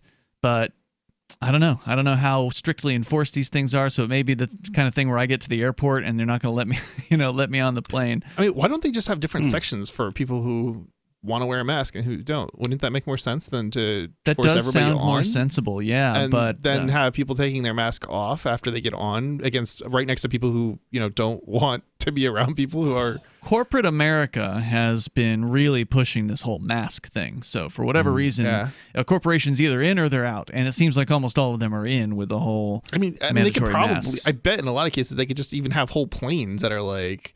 Masks, free, no masks. Yeah, they could totally do that. I mean, especially to a lot of destinations. Yeah, and somebody who was complaining about it was saying that half the people on one flight didn't have masks on. So there you go. Yeah, split them up. Definitely sounds like a solution. The market is demanding both services. So anyway, back to the story here that we've been sharing with you. And so far, the demands have been pretty decent when it comes to the justice system demands. There wasn't much for us to disagree with here. Abolishing the police and making some pretty significant changes, releasing a lot of peaceful people from prison. And we continue with the list here from Medium.com. And I will post the full thing on our Twitter at twitter.freetalklive.com, on our Mastodon at toot.freetalklive.com, and the Telegram at telegram.freetalklive.com. They say, number 12, we demand an end to prosecutorial immunity for police officers in the time between now and the dissolution of the Seattle Police Department and extant justice system. So yeah, that's a good idea. Let's get rid of immunity for that would police probably officers. be the most significant thing to focus on, is that immunity. Yeah, just that's for something you could do nationwide. Yeah. Although, just to quibble, it's not really prosecutorial immunity, it's sovereign immunity. Qualified immunity or all sovereign? qualified all of immunity. the immunities, Prosecutorial immunity only applies to prosecutors. Yeah. Should get rid of that too, though. Oh, definitely. Yeah, absolutely. Any immunities these goons have, they should be gotten rid of. And this is something that could be done, but will the political class, the politicians, the spineless politicians, the cowards, actually go up against the police department? And there's no way. And you know why? You know, one of the things that is the reality is a lot of these, politicians, where do they get into those spots from? They get into those spots from, having been the prosecutor, right? Sometimes, yeah. That's how they climb the ladder, so to speak, within the political world. So this idea that you're going to have the very people who were prosecutors passing laws to remove this, immunity, all of these immunities, is just, it's absurd. It's just not going to happen. I don't believe it's going to happen. I mean, it would be nice because from what I understand, Justin Amash has proposed a bill that would get rid of qualified immunity. Now, I don't know if that's the truth. I haven't read the damn thing. But is it going to pass? No. Yeah, zero chance. It's what not are the odds? passing. I mean, then again, this is sort of an unprecedented time. I guess we'll see. I would go with you, though, on this one, Chris. And if I'm going to wager money on it, I would wager that there's no chance that it'll pass. But where are they going to go from here? What will we see happen next? We've definitely never seen this level of resistance before. This is a little beyond what happened during Occupy almost a decade ago. They're going to need to expand their reach, the autonomous zone? The autonomous zone, and slowly increase it until a point in which they actually have some take over sort a of big swath of the city. Yeah, until they actually have some sort of resources and ability to start, basically having some level of control over things.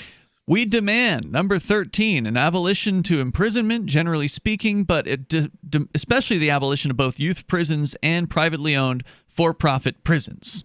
So the abolition of imprisonment, now that's a pretty big concept. What do you think about that?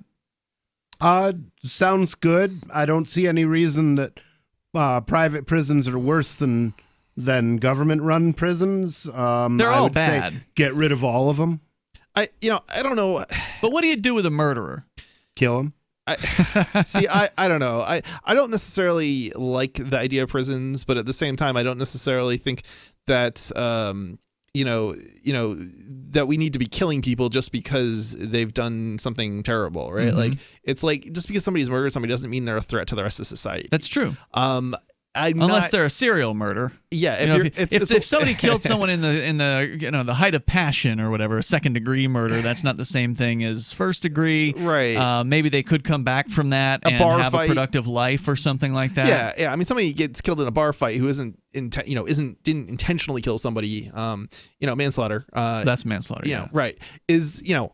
I mean, really? Do they need to be in prison? Right. I mean, I understand. So you would say no. I mean, I would say if the objective is, to make our societies safer or something to that effect, I don't see how it's making our society safer. No.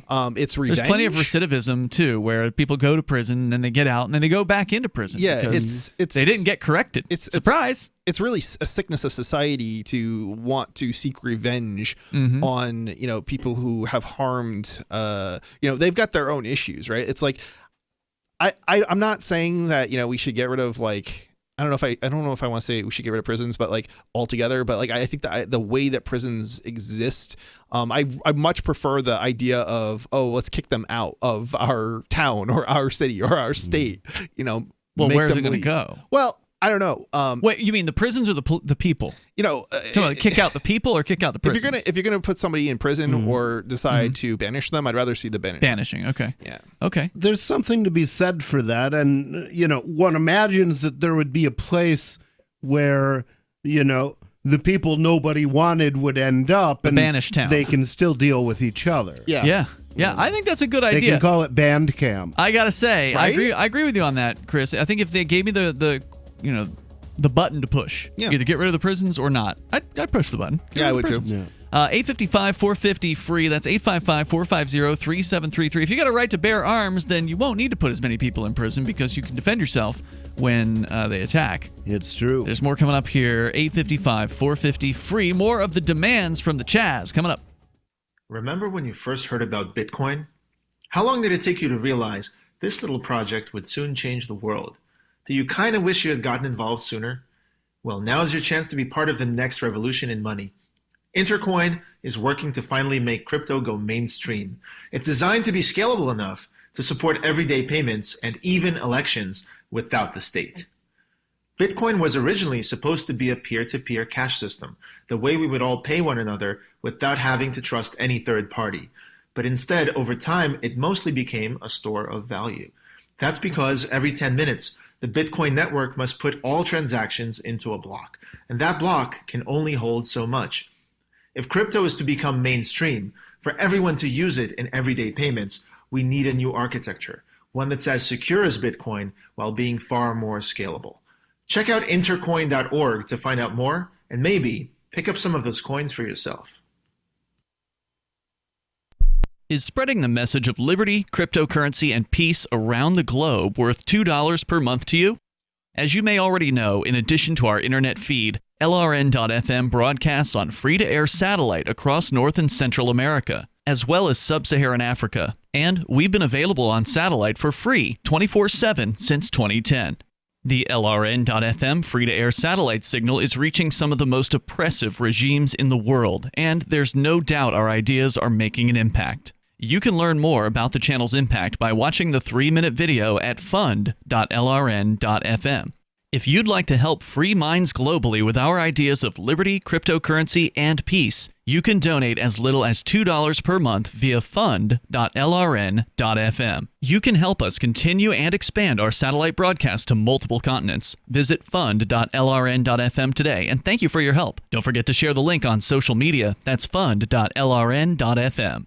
There are basically two types of advertising, direct response and branding. Radio's great for direct response with its low cost to listener ratio, but audio can't be beat for branding, which is a longer term endeavor. You want to be the first thing that someone thinks of when they think about your product or service. If you have a local business that you want kept top of mind in your community, call the station. If you need national reach, Free Talk Live's got around 200 radio stations, millions of monthly listening sessions, can suit all budgets, and if we don't think we're right for you, we'll tell you. Email me, mark@freetalklive.com. If you want to know the latest about Free Talk Live before we go on the air, all you need to decide is how you want it delivered. It's your choice. Visit news.freetalklive.com to receive our usually weekly news updates by email. Plus, we have a Twitter account at twitter.freetalklive.com, and you can follow us on the decentralized Mastodon platform at toot.freetalklive.com. So please follow us at toot.freetalklive.com and sign up for our emails at news.freetalklive.com. I've been told no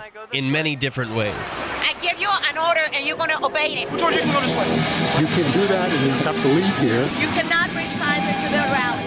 Walk with me. Well, I'm comfortable here, actually. Whoa, hey, who do you think you are? Excuse me. There is no video and audio allowed in this office. No, I have work today. You ain't going to make it. Wait on the counter. Now. Wait a minute. Whoa. Hey! Oh my God! Unbelievable! Why are you running from me? Because you scared me. What am I being detained for? You're being served. What is this? You're being served. What is this? Bureaucrats have a funny way of telling people no. That's the sound of the men working on the chain. Derek J's Victimless Crime Spree. Watch it for free and order the Director's Cut DVD at victimlesscrimespree.com. Now you can follow LRN.FM on the decentralized Mastodon social media platform at toot.lrn.fm, toot.lrn.fm.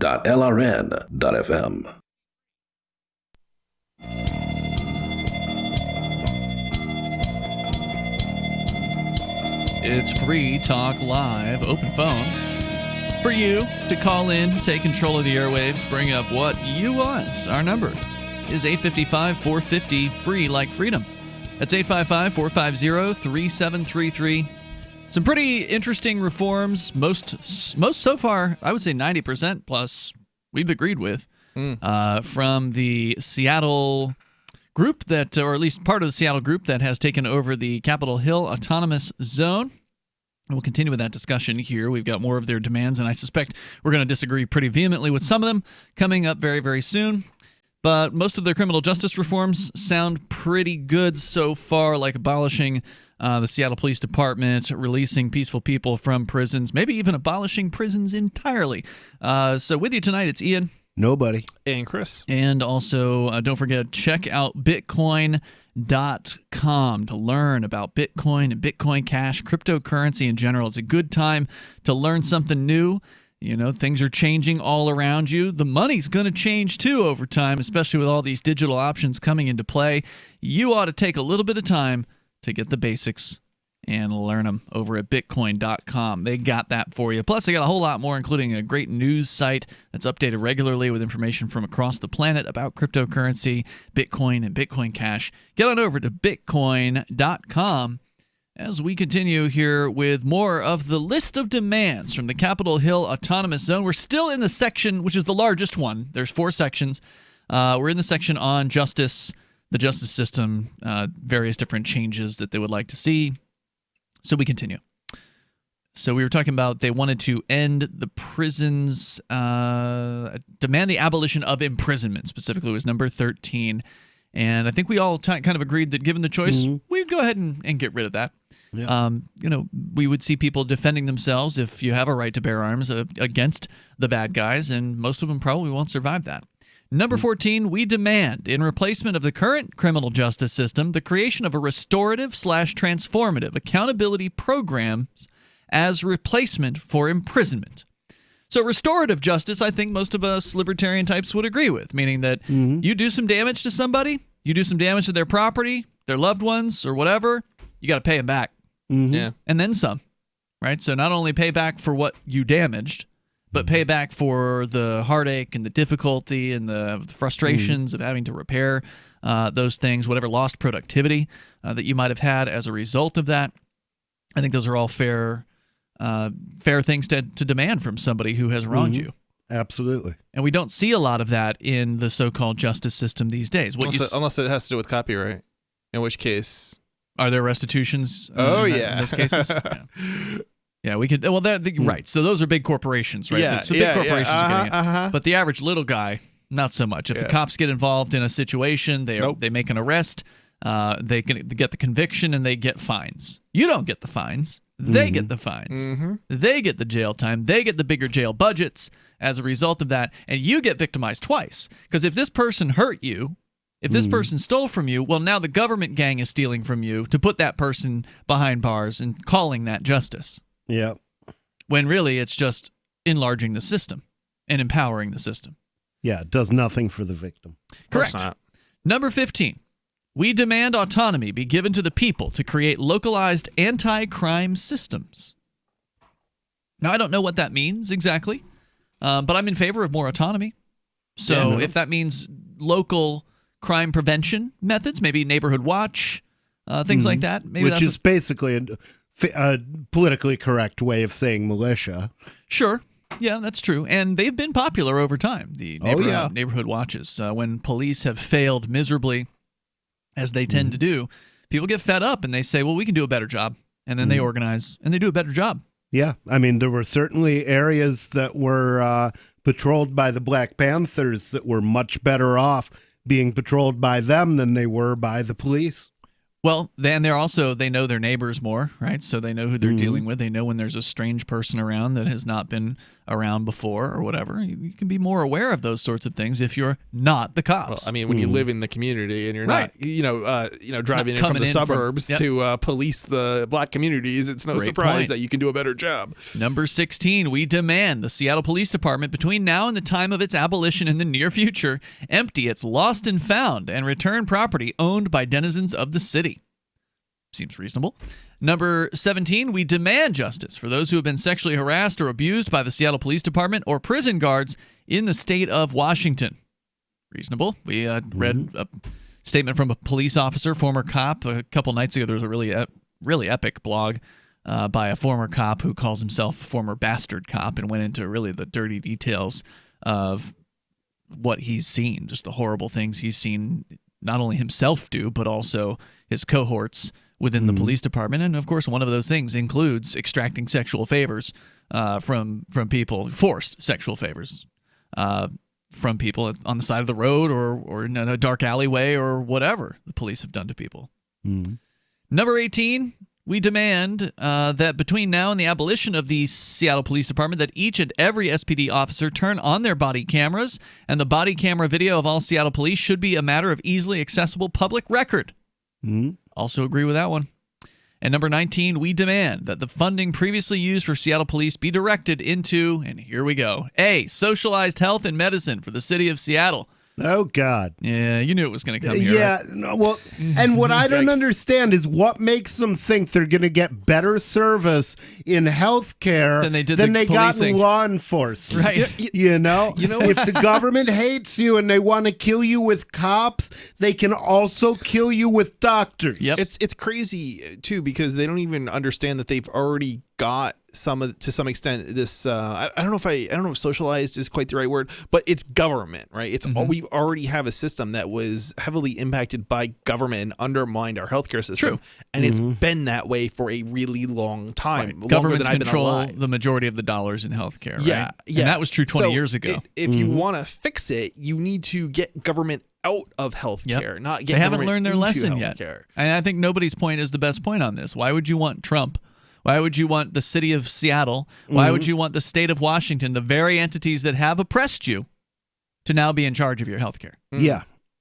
And just because you want it free? There's no reason to believe that they're going to do a better job. And it's not free anyway. No, it's expensive. It might be giving you, they give you the impression it's free. It's but way overpriced. You just don't see the tag. Right. It's overpriced because you end up paying through other means. Right. And this is where they're going to fail, is on economics. They're absolutely right on when it comes to their justice demands so far, but they don't understand economics, and so we're going to get into that. They actually have a section for economic demands. That's what's coming up next year. But let's go on. They also want the money from the Seattle Police funding to go into free public housing, because they say housing is a right, not a privilege. Right. You don't mean you agree with that. The idea that, you have a right to have somebody build you a house. Yeah, well, nobody's going to do that. Sorry. I would agree that they have a right to housing, but they don't have the right to, how do I say this? They have the right to build a house. The right to build a house. Land they can homestead. To own. They have the right to do those things, and the government shouldn't be allowed to take it away from them. Which is one of the reasons why Seattle is an expensive place to live, because the government has stepped in with all kinds of building regulations. Right. And they've made it difficult to build new property within Seattle, and I'm sure outside of Seattle is also fairly restrictive. But Seattle's the prices on rent have gone through the roof because the market can't respond. The market, even people who have the money to build, can't do it. Right. And I think the right to homestead is a huge thing that has been denied by the current society, and that they subsidize the ownership of land so that people own way more than they could afford to defend themselves under anarchy. And the guy who the homeless guy who's paying taxes on his cup of coffee in the morning is paying to defend somebody else's land from him. That's right. And that's not good. Yeah. There's two more sub-points here on what is the final point on the justice system. Then we'll get into their economic demands. The toll-free number is 855-450-FREE. That's 855-450-3733. So it sounds like these guys aren't ready to have a different system yet, like their own system. They still are making demands on the other system. They want them to bend. They want the system to bend to their will. Right. There's more coming up. You can share your thoughts. It's Free Talk Live. You know what's really smart? Wash your hands frequently, practice social distancing, and stay home if told to do so. You know what's really dumb? To ignore your immune system. Right now, more than ever, your health depends on a strong immune system. The experts at Immunocorp will give you their 7-step guide to immunity for life, free. Why? Because we want you to be smart and healthy. Simply call 800-446-3063 or click immunityforlife.com. Immunocorp has been producing the world's leading immune system products for more than 2 decades. To get your free 7-step guide to immunity for life, call 800-446-3063. 800-446-3063. Be smart. Don't ignore your immune system. Your life depends on it. Call 800-446-3063 or click immunityforlife.com. Immunityforlife.com. Now, with orders to stay at home, public health concerns, the reality of illness due to pathogens and viruses, your health is at an all-time high risk. That's why it's critical to take a proactive approach to boost your immune system. You can with new nano-colloidal silver from Americare, our patented process with tiny silver particles, 1/100th the size of a red blood cell, allows for maximum body absorption. Americare's nano-colloidal silver effectively disinfects your body internally, attacking pathogens and viruses while supercharging your immune system. Colloidal silver is antibacterial and antiviral. Simply put, it prohibits bacterial respiration, suffocating viral cells, preventing the virus from replicating. And now, due to public health concern, Americare is authorized to offer our lowest and best price ever, around $1 a day, but supplies are limited. Purchase nano-colloidal silver now at immunesupportnow.com. That's immunesupportnow.com. These statements have not been evaluated by the Food and Drug Administration. This product is not intended to diagnose, treat, cure, or prevent any disease. Supplies are limited. On Free Talk Live, we're bringing people to the ideas of liberty every day. From wrestling superstars like Glenn Jacobs. You guys really are having an impact, I believe. Like I said, a lot of where I am now is due to listening to Free Talk Live. You changed my mind on some very important issues years ago. To random people tuning in on the radio. I was kind of stuck in the left-right paradigm. I heard your show by chance on a Saturday night.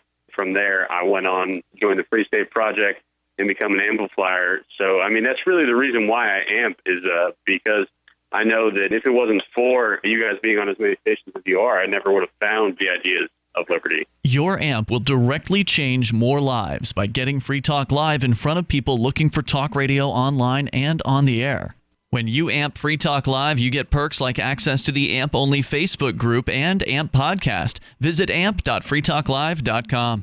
LRN.FM now has a Discord. Discord is a free text and voice chat platform, and we now have our own server with a bunch of channels at discord.lrn.fm. You can join other listeners as they chat about various things during our live shows, or anytime, day or night. Discord software is available cross-platform, so you can have it on whatever device you want and take your chats anywhere. Join our Discord at discord.lrn.fm. That's discord.lrn.fm. Looking for a great real estate investment? Consider New Hampshire, which is ground zero for the Liberty Movement. Your first call should be to Mark Worden from Porcupine Real Estate. He's more than just a real estate agent. He's your New Hampshire concierge. Where are the best places to live? Do you want farm, city, the burbs, or forest? Do you want a duplex or multifamily building so that renters pay your mortgage? There are homes in all price ranges in New Hampshire, and Mark can help with financing too. Invest in liberty and property. Mark Worden can help. PorcupineRealEstate.com. This is the Liberty Radio Network, broadcasting the latest liberty-oriented audio content 24 hours a day at LRN.FM.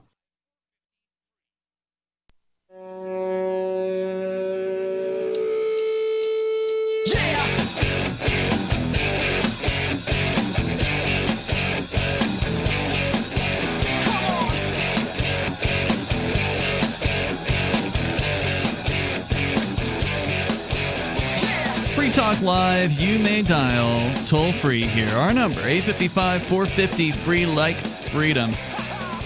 And we've also got the Discord call-in lines over at discord.lrn.fm. We have been talking about the details on the list of demands that we are, I would say, more than halfway through at this point. Because the bulk of the demands, and there's 19 in the section that we are about to finish, the section about justice system-related stuff. And we've been on board with almost all of it so far. So far. There have been like one or two little things we've quibbled with. Well, but, then they wanted the government to control health care. That's right. Yeah, at the very end, we're breaking away. We're breaking away from number 19, where they get into, not only do they say they want socialized health and medicine for the city of Seattle, but they also want free public housing because they say housing's a right. We want our health care controlled by the same people we want the other to control taken away from. Because we haven't thought this out very well. No, we haven't. We don't like the injustice, which we agree with, but they also really want free stuff. You have the right to own and you have the right to possess, but you don't have the right to steal from other people. Well, and I don't think they see it like stealing yet. They may see the violence that's imposed upon them by the system. They see that pretty clearly, but they don't understand the connection between this, what taxes are and the police's role in keeping the system in place. So if you want to comment, you can join us here. We're going to finish up with number 19, and then we'll get into their economic demands, which number 19 is pretty much economic demands here. They've broken it down into 5 different subcategories of the things they demand that the money that has previously been used for the Seattle police be redirected. So again, socialized health care, which we're against because we're for freedom, and then free public housing, which again, we believe in homesteading. I think I can speak for the three of us, right? Like, are you on board with homesteading, Chris? I'm not.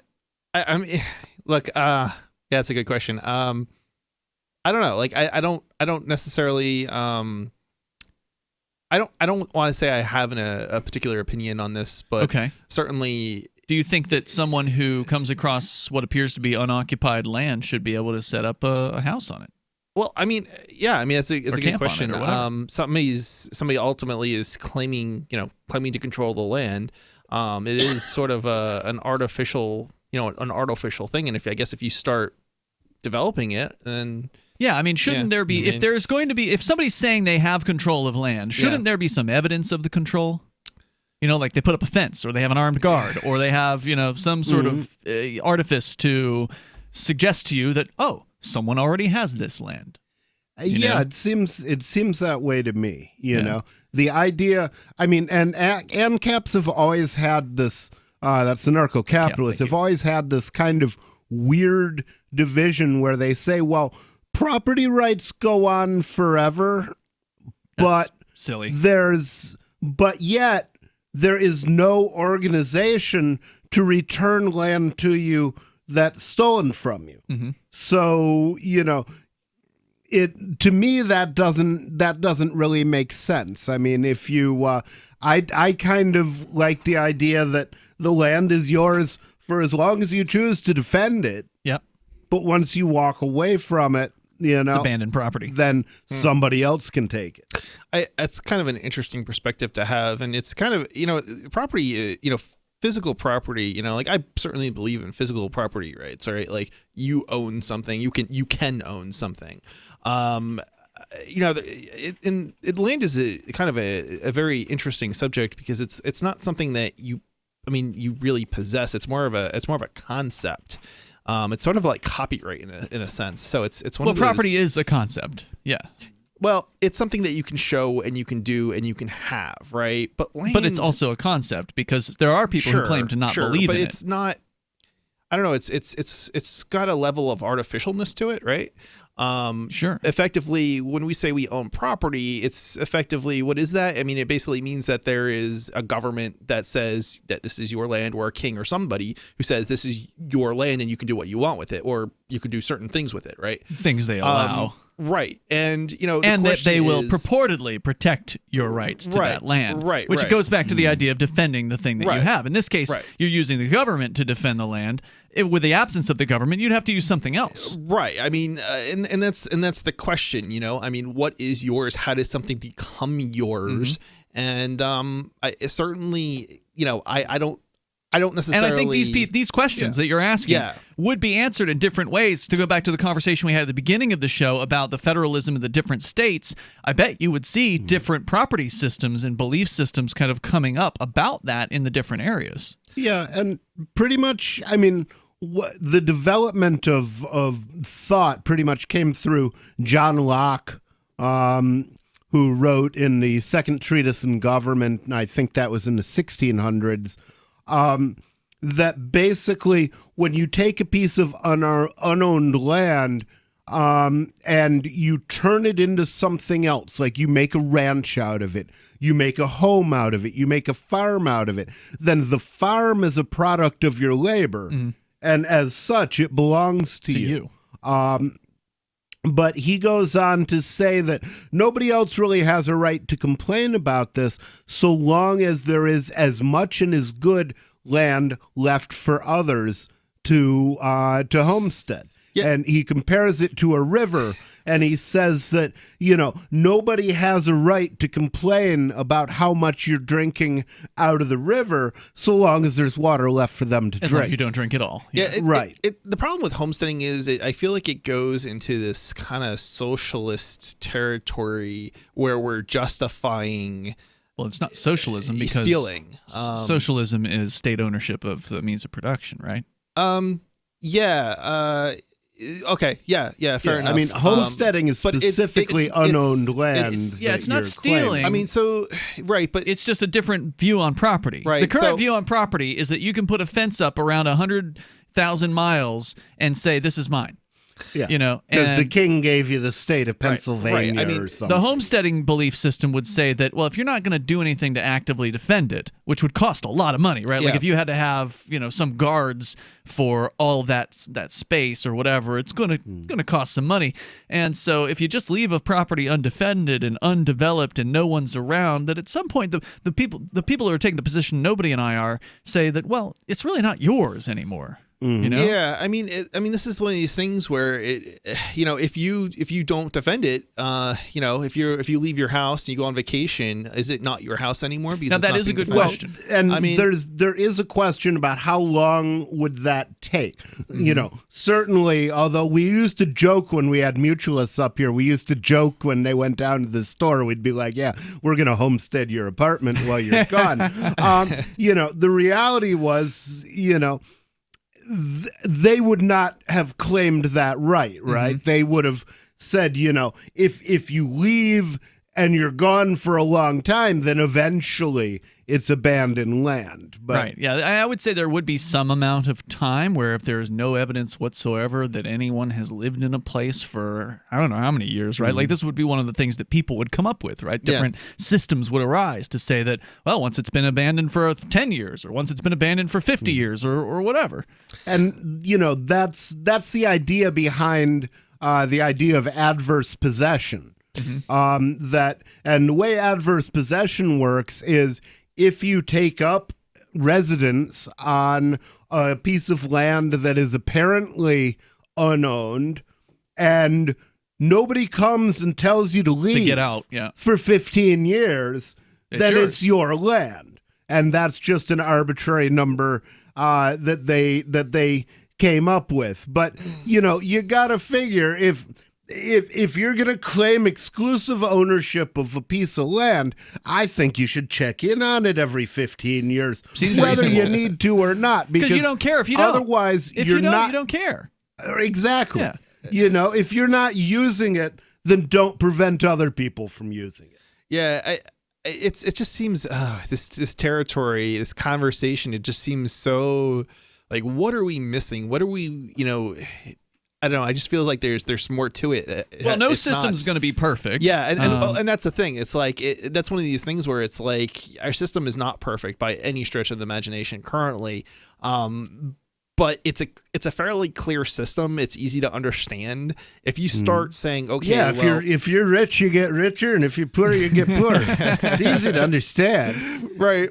Right, sure. But like, there's got to be some sort of means to retain control. And then what if we don't all agree on what that means? It's like, well, if you got a guy with a gun there, then I'm going to say you've retained control of it. Yeah, I mean, defend it. And it's yours. Well, if there's barbed wire fence. What happens when the army comes because somebody's got a militia and he's got 50 guys and I've got 2? Well, now you're just talking about the law of the jungle and might makes right. I mean, hopefully we live in a better society than that. There's more coming up here. Hour 3's next.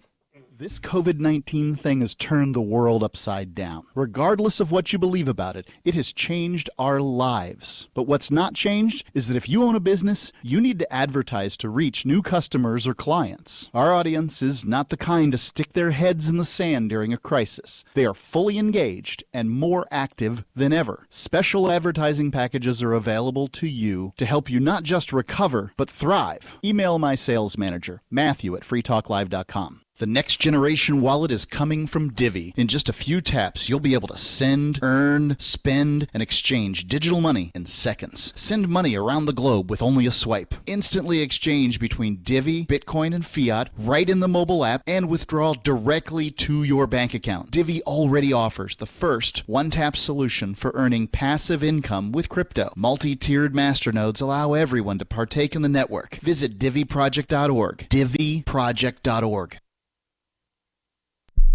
Are you tired of governments murdering people around the world? Stop using their money. There is an alternative. Bitcoin is a stateless, free market, non-political currency. Bitcoin cannot be inflated or controlled by any government. By using their money, you are helping the state. Stop doing it.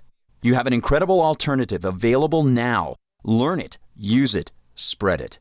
Get started with Bitcoin at bitcoin.com. That's bitcoin.com.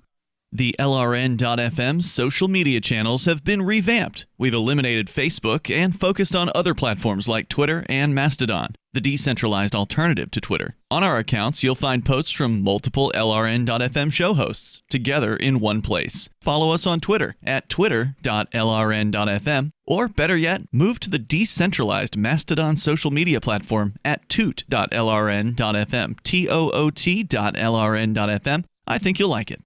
You're listening to the live edition of Free Talk Live. Hour number 3 is next after the news here on the Liberty Radio Network at LRN.FM. This is the Liberty Beat, your daily source for Liberty news and activist updates. Produced in partnership with the SNLS Network and listeners like you. Online at snlsnetwork.com. I'm Mick Murrow with your latest edition of the Liberty Beat. Gold is trading at $1,738, silver at $18.34, and Bitcoin is trading around $9,874. Today's gold, silver, and Bitcoin prices are brought to you by Brave Botanicals, high-quality kratom and CBD at reasonable prices with excellent customer service. Brave Botanicals is activist-owned and mission-driven. The Liberty Beat and Brave Botanicals believe so strongly in the power of kratom, we're giving it away for free. Just go to libertybeat.news/free kratom. This is the Liberty Beat at snlsnetwork.com. In the news, conflicting reports about COVID-19 have sprung from both official and non-official sources. On Tuesday, Maria Van Kerkhove, PhD of the World Health Organization, caused a firestorm of reactions from health experts across the globe after declaring in a press briefing that transmission of COVID-19 via asymptomatic individuals is very rare. Minpress News reports that less than a day later, Kerkhove was compelled to walk her statements back, clarifying that in essence, no one really knows.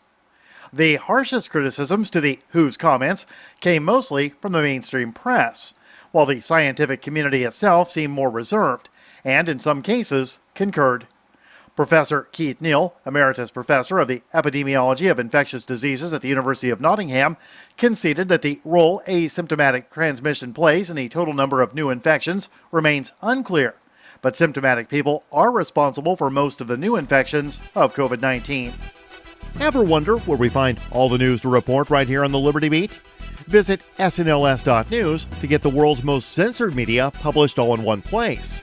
Save yourself from the endless time spent searching for reliable alternative media. SNLS News makes it quick and easy. No ads, no clickbait, just raw headlines, 24 hours a day. Visit snls.news and get informed today without the corporate media spin. Your news now continues. Last week, a West Virginia law imposing strict reporting requirements for all asset forfeitures in the state went into effect. Enactment of the bill takes the first step that could lead to substantial reforms, including closing a federal loophole that allows police to bypass strict state asset forfeiture laws. Activist Post reports a bipartisan coalition of 2 Republicans and 1 Democrat introduced the House bill in February. The new law requires law enforcement agencies to report extensive details about asset forfeitures in the state, including the type and value of property seized and whether someone was charged with a crime when the property was forfeited. It also requires reporting on federal equitable sharing. Under the law, the information will be compiled on a publicly available website. After police in Seattle, Washington retreated from the Capitol Hill neighborhood, protesters took over the abandoned regime precinct and erected barricades to mark an autonomous zone for several blocks around it. 6 blocks of downtown Seattle have been declared the Free Capitol Hill Zone, or Capitol Hill Autonomous Zone, according to area activists that have taken control of Seattle PD's East Precinct on 12th Avenue and East Pine Street. The Free Thought Project reports journalist Julio Rosas tweeted photos from the zone, including flyers demanding that Seattle PD be defunded, and declaring that police will, quote, always be racist because capitalism requires inequality, end quote. Police Chief Carmen Best confirmed that her department evacuated the precinct on Monday evening as an exercise in trust and de-escalation. 2 days earlier, Seattle PD used flashbangs and pepper spray to push back demonstrators at 11th Avenue and Pine Street, just a block away, after they had moved a security barricade and allegedly threw objects at officers. Support for the Liberty Beat is brought to you by the Homestead Guru. The Homestead Guru is an educational website offering tips, tools, news, stories, and commentary on everything homesteading. Topics include green homes, gardening, animal husbandry, do-it-yourself, home remedies, alternative energy, survivalism, unschooling, and more. Those details are found online at thehomestead.guru. This is the Liberty Beat, powered by the SNLS Network at snlsnetwork.com. I'm Mick Murrow, reporting for the Liberty Beat, reminding you, spread liberty with a smile. This is William Chambers. Now a retired insurance salesman, Chambers is just one of over 95% of grandfathers who, according to a new report from the Center of Business Intelligence, secured their first and only job by walking right up to the owner of a business and asking for a position right then and there. I slammed my fist on the desk and said, "I'm your man." He stood right up. He shook my hand and he said, "You come in first thing Monday morning." According to the report, nearly 36% of grandfathers claimed that they found employment by entering a local business with nothing but a nickel in their pockets and a shirt on their backs. 24% saw a fine-looking marquee for a business and said, "Someday my name's going to be on that sign." And 40% of grandfathers said they snuck into the CEO's office and said, "Mr. McKinley, sir, I'm your guy." It just took gumption. You didn't need some fancy internship. Looking the boss dead in the eye and showing him you were a man. That was your internship. This is the Onion News Network.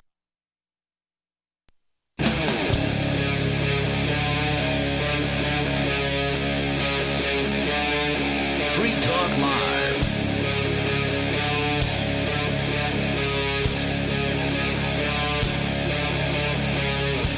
It's Free Talk Live. You can join us here. The toll-free number is 855-450-FREE like freedom. 855-450-3733 as we launch into the third hour of the program. We've been going through and dissecting and so far agreeing with a fair amount of the demands from the protesters in the Capitol Hill Autonomous Zone. Not all of the protesters. I don't know how many of them had weighed into this, but those who describe themselves as the collective black voices. And obviously not everybody in Capitol Hill is black.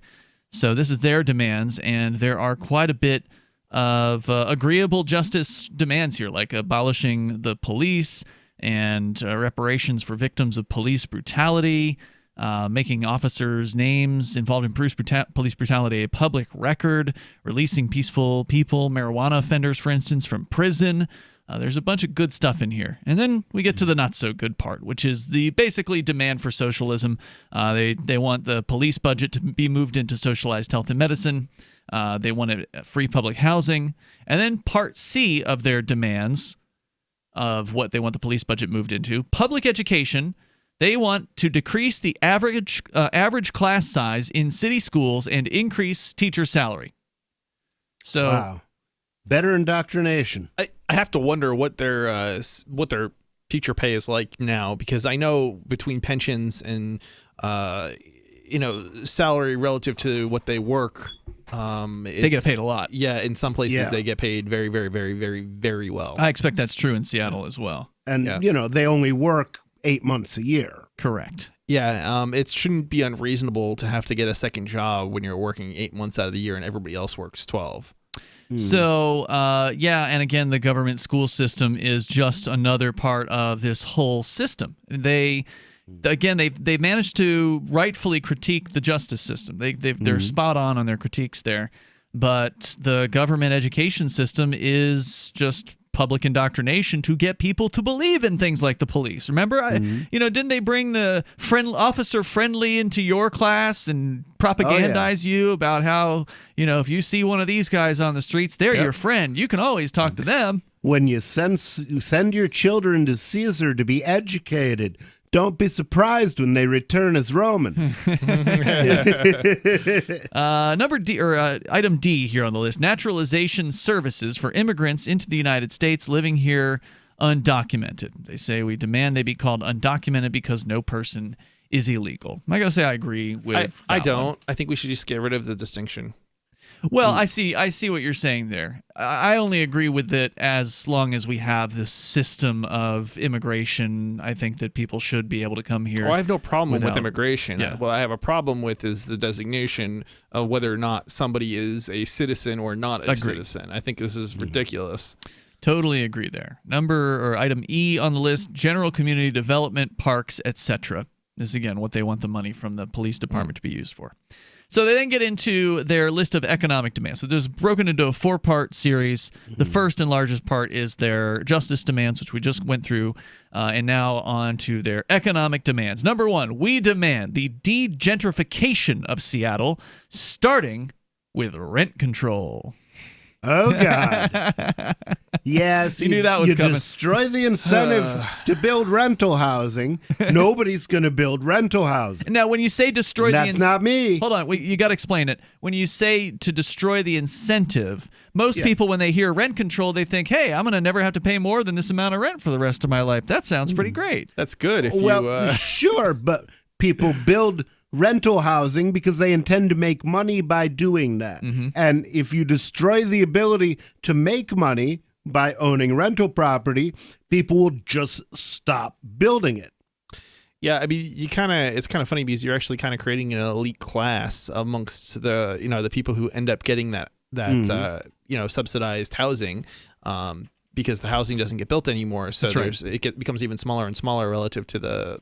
Well, I don't even know if you would say relative to the maybe relative to the population, because everybody else ends up, kind of getting into housing, and they turn, apartments that were designed for a family into 2 apartments, and then, more and more, and to try to fit as many people into as many people as possible. And then you got these people who have this subsidized housing, and they end up, I don't know what happens. Maybe they make money off of it by well, the landlords that are under rent control aren't making money, right? They can't afford to raise the rents. They are not allowed to raise the rents. And so they don't fix things when they break, right? I kind of have to wonder, how does that work? I mean, because if you can't raise the rent and your property taxes are going up, you eventually aren't bringing enough money to cover the cost. You sell the building eventually. But nobody's going to buy a building where there's a negative profit. I mean, if you've got payout and you don't bring enough money to cover the thing is, once you're bankrupt, then somebody else can take it. Buy the building at bankruptcy auction. So it becomes city property then.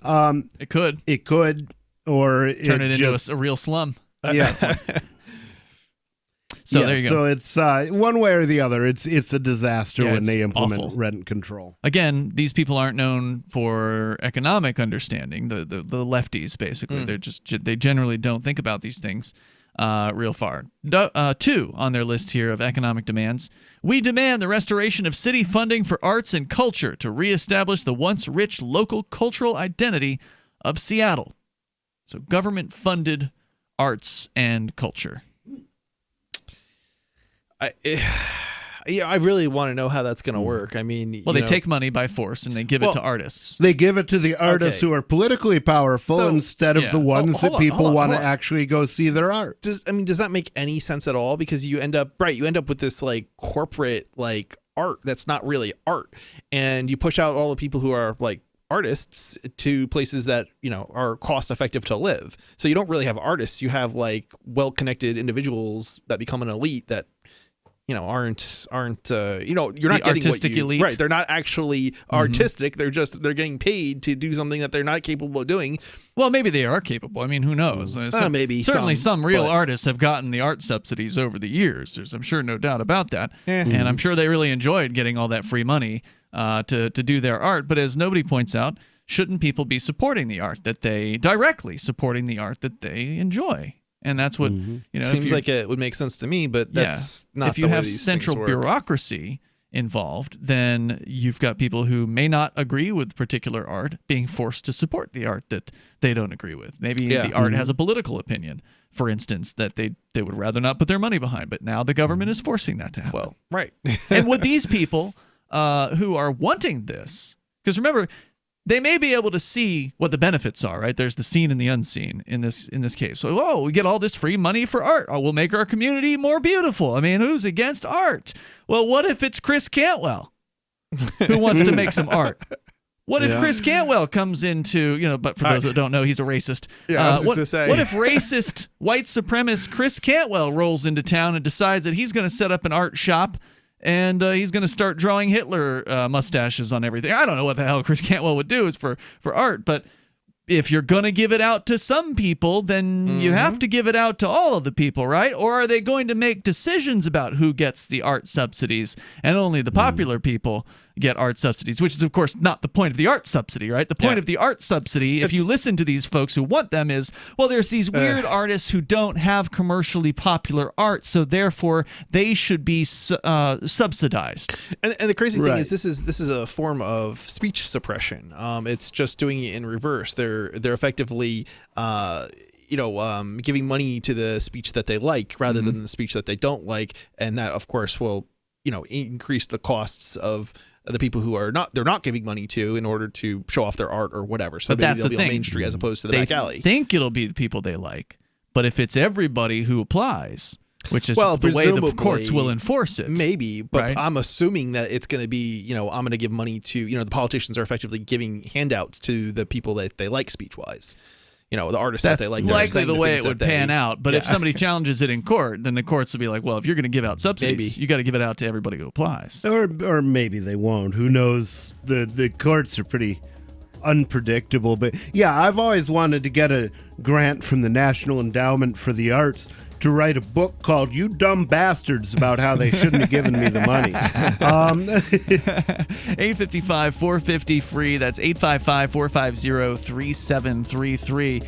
You could make it like a flip book. It could have like one page of text, and then the rest could be like a flip book where you flip through it and animates. Remember those? 855-450-FREE. It's Free Talk Live. My dogs do puppy zoomies around the house, so I will always endorse Dinovite. DINOVITE.com. Why wait?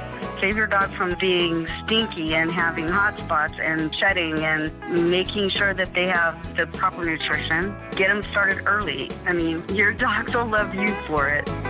You won't believe how happy your dog will be. I get my Dinovite at DINOVITE.com. Bitcoin.com has launched a trading platform at local.bitcoin.com, allowing you to buy or sell Bitcoin Cash via dozens of payment methods like PayPal, Venmo, bank deposit, remittances, or meeting in person with cash. There are no ID requirements to sign up for and use the site, and all communications between buyers and sellers are encrypted. Finally, a global trading platform that respects your privacy. Visit local.bitcoin.com to get started trading Bitcoin Cash. local.bitcoin.com. Got shaving irritation? Shave Secret shaving oil can help stop it. Shave Secret doesn't cost much and is an all-American product. My name is Chuck Howard, and I developed Shave Secret and pioneered its use starting back in 1991. Ingrown hairs drove me nuts for years. Shaving oil changed all that. Why put up with ingrown hair, bumps, red rash, nicks, and cuts? Shave Secret provides men and women with what we believe is the best shave ever. Our proprietary blend of 100% natural base and essential oils plus a hint of menthol was designed to help eliminate shaving irritations like ingrown hairs, bumps, red rash, nicks, and cuts. We'll lose those shaving irritations. Available at Super Walmart, H-E-B, Wegmans, Giant Eagle, Discount Drug, Navy and Marine Exchanges, Amazon, and ShaveSecret.com. Use the code FTL for Free Talk Live and get a discount. Shave Secret, the best shave ever. The Free State Project has reached its goal of 20,000 liberty lovers who've pledged to move to New Hampshire and get active to achieve liberty in our lifetime. Perhaps you're trying to figure out what part of New Hampshire should be your destination. If so, consider Keene. You'll find more than 150 reasons to move to Keene at move.freekeene.com. Keene is famous for its historic, publicity-generating activism, as well as being the liberty media capital of the world. It's home to freekeene.com, New Hampshire's destination for liberty activism, news, and opinion. For years, we've been compiling over 150 reasons to move to Keene at move.freekeene.com, where you'll learn about some of what's happening here and what makes Keene a great place to live. If you love liberty, you'll probably enjoy anywhere you end up in the Shire. But do your due diligence first. Please visit move.freekeene.com for the full list of over 150 reasons to move to Keene. That's move.freekeene.com. There are lots of ways to listen to Free Talk Live. Our podcast has been around since podcasts began, and now the FTL feed is loaded with content besides our full show archives. Did you know that we make it easy for you to customize your podcast subscriptions? We have different feeds, one that includes only our full shows, one with just the Daily Digest, and our main feed that includes everything. You decide what you listen to. It's quick and easy to customize your feeds at feeds.freetalklive.com. That's feeds.freetalklive.com. So you've signed the Shire Society Declaration and are planning your move to New Hampshire to be around more liberty-oriented people. Next, sign up for the Shire Society Forum at forum.shiresociety.com. There are a bunch of people there who are already in the Shire, and they want to meet you. If you're already in the Shire physically, you should also come by the forums. Remember, not everyone uses Facebook. New people are signing up for the Shire Society Forum every month, so drop in and say hello at forum.shiresociety.com. You can sign up to receive the latest about the Liberty Radio Network via our email updates at updates.lrn.fm. That's updates.lrn.fm.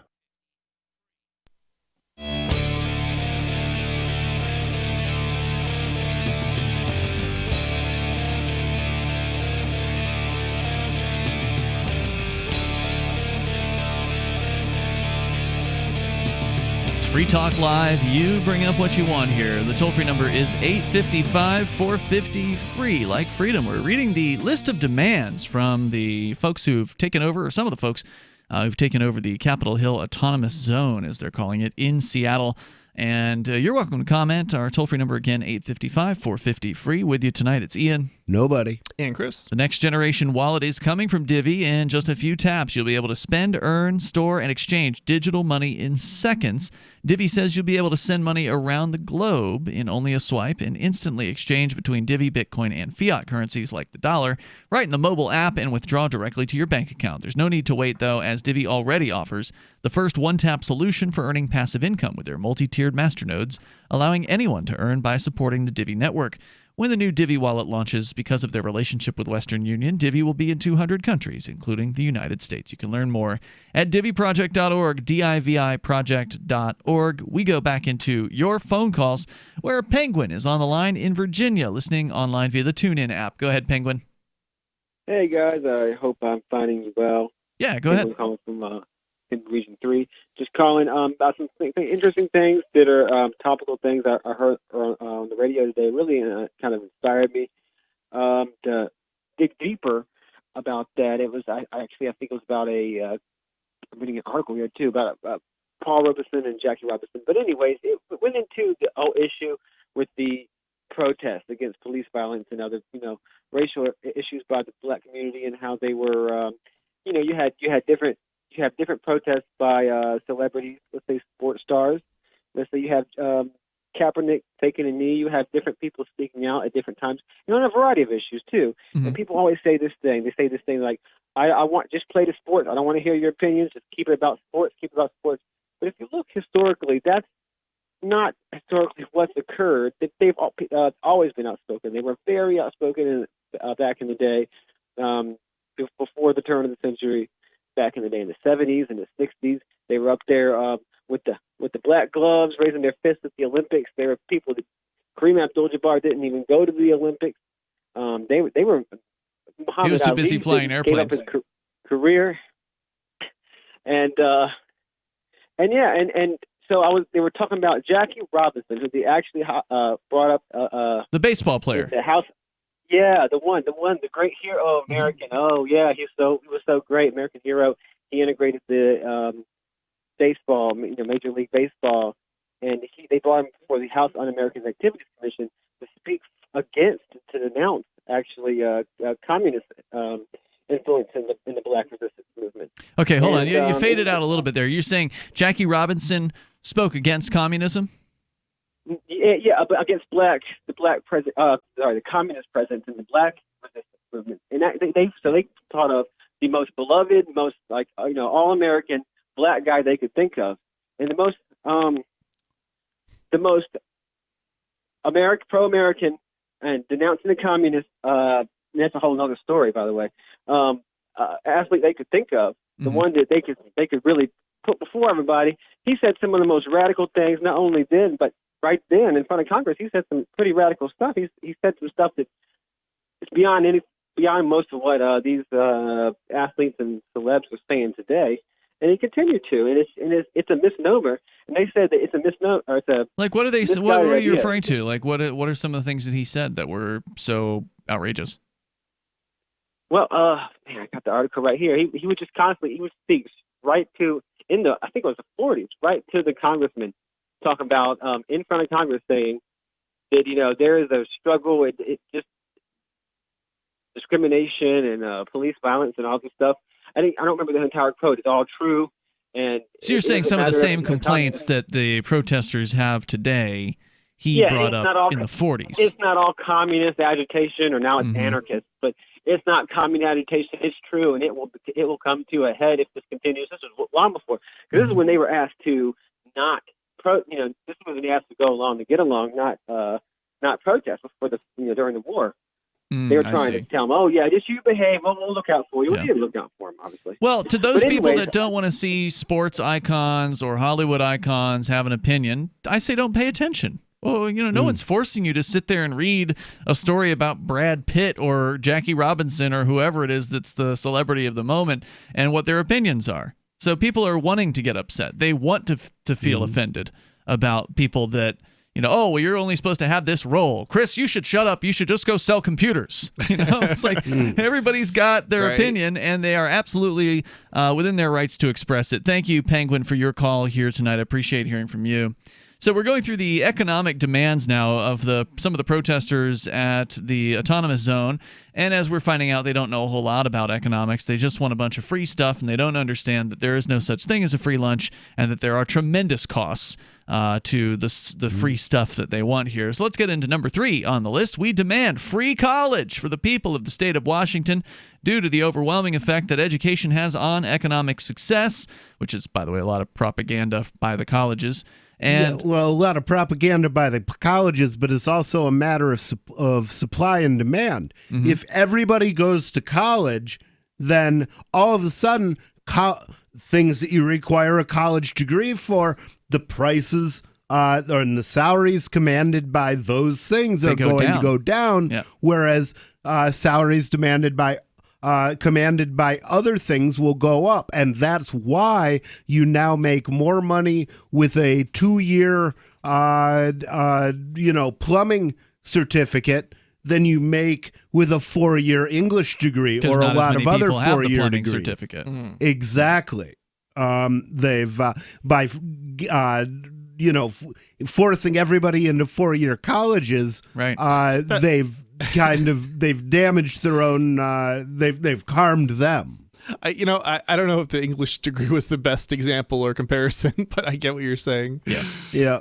As a form of, they say here, due to the overwhelming impact of poverty on people of color as a form of reparations for the treatment of black people in this state and country. Number 4, we demand that between now and the abolition of the Seattle Police Department, that Seattle Police be prohibited from performing homeless sweeps that displace and disturb our homeless neighbors, and on equal footing we demand an end to all evictions. Now, I can understand the statement about wanting to leave the homeless people alone. As long as they're not trespassing, I don't care if they're out in a shed. Are they specifically talking about the homeless people, or are they talking about people from like apartments that they rent that they're not paying rent? Well, there's two different things they're covering in this one point. Right, that's why one is they don't want homeless sweeps, which is usually where the police will come in and they'll come to a homeless encampment somewhere and just destroy it. Right. Or arrest and destroy it. And then on another demand, they say they want to end all evictions. So all evictions. Wow. So what happens if you don't pay your rent? You get to stay forever, apparently. Wow. Yeah, ain't nobody got time for that. Yeah, so why would you ever want to rent to anyone if you couldn't evict them if they'd start destroying the place or not paying the rent or in some other way disrespecting the property or their neighbors and such? I want to say the property value is going to go up if you don't. But they're not going to. I mean, they're going to go up, but they're not going to be worth anything in another sense too. When you say they're going to go up, what do you mean? Well, I mean, it's if you can't evict people, then that becomes more valuable, that property. But at the same time, if it's trashed by a bunch of trashy people, less valuable by the property owners. A bunch of people, and they won't build more buildings, so the prices go up. Getting drunk and peeing in the corners and tearing the place down. It's not going to be going up. More coming up here. This is Free Talk Live. The next generation wallet is coming from Divvy. In just a few taps, you'll be able to send, earn, spend, and exchange digital money in seconds. Send money around the globe with only a swipe. Instantly exchange between Divvy, Bitcoin, and fiat right in the mobile app and withdraw directly to your bank account. Divvy already offers the first one-tap solution for earning passive income with crypto. Multi-tiered masternodes allow everyone to partake in the network. Visit DivvyProject.org. DivvyProject.org. This COVID-19 thing has turned the world upside down. Regardless of what you believe about it, it has changed our lives. But what's not changed is that if you own a business, you need to advertise to reach new customers or clients. Our audience is not the kind to stick their heads in the sand during a crisis. They are fully engaged and more active than ever. Special advertising packages are available to you to help you not just recover, but thrive. Email my sales manager, Matthew at freetalklive.com. This is Michael Dean from the Freedom Fiends. I've run websites since 1996 and have used over a dozen web hosts in that time. AgristHosting.com is the only one that hasn't broken my heart. Agrist Hosting's uptime and service is stellar, and their DDoS mitigation is the best I've seen. That's important because if you tell the truth in this world, you'll ruffle feathers. And some people will try dirty tricks to silence your voice. No matter what the haters hit us with, Agrist Hosting keeps our websites online. If you have a mission-critical commercial presence or a world-changing activism site, you cannot tolerate any skullduggery. So go with agristhosting.com. Have a WordPress or blog site, but you're not satisfied with performance or uptime? Or just want raw hosting? Want to pay with Bitcoin? Agrist Hosting specializes in high-performance hosting with personalized service. Go to agristhosting.com and click on the button that says Get Hosted. That's agristhosting.com.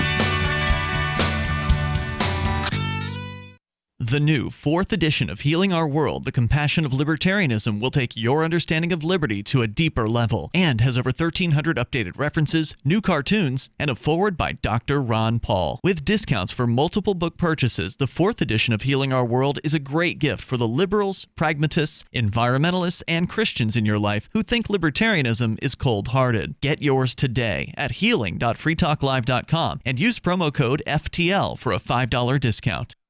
What if you want to hear the latest episode of Free Talk Live, but all you have is your phone, you forgot to download our archive, and you have no data connection? You can call our Listen line at 641-793-0191. That's a long-distance number, so you may incur charges. If not, listen as long as you want. 641-793-0191. The Free Talk Live Listen line, 641-793-0191.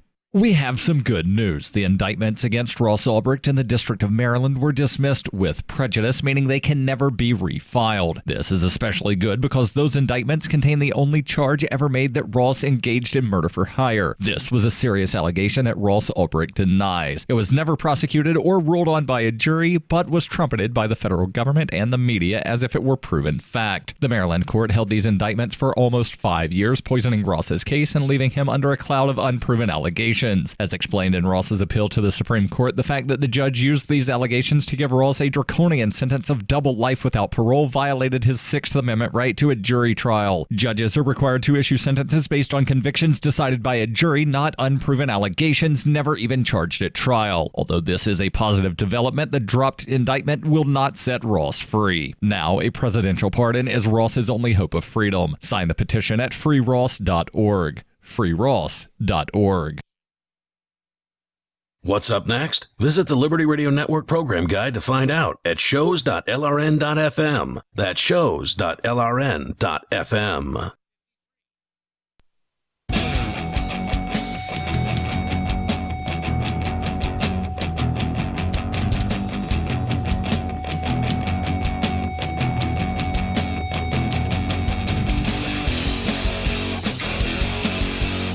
It's Free Talk Live. You bring up what you want here. The toll-free number is 855-450-FREE like freedom. We're getting into the ugly parts of the demands from the protesters out in the Capitol Hill Autonomous Zone, as it's being called, a 6-block area in the city of Seattle that has been ceded by the police. Police left, apparently, their police station on Monday for whatever reason. There were a lot of protests that were going on, so maybe they felt like they had to go for some reason. They left. They were pressured out, perhaps, and then barricades went up. Was there any violence involved? By the police? Were They police were attacking being protesters. pelted with bottles? Or No, the police were attacking protesters, from what I understand. Okay. And they decided they were going to board up their precinct and take off on Monday. And then since then, the autonomous zone has sprung up, and it has, I think deservedly gotten some press coverage here. And now their list of demands from some of the people within the autonomous zone, described as the collective black voices at Free Capitol Hill as of June 9th. We've gone through a large number of their demands, most of which we agreed with when it came to the justice system and what they want out of that. But now that we get to the economic demands, it's getting pretty crazy with basically a bunch of socialism and so-called freebies like free college and funding for arts and culture. They want the government that they want to be autonomous from to also be buying them stuff. To take care of them. Right.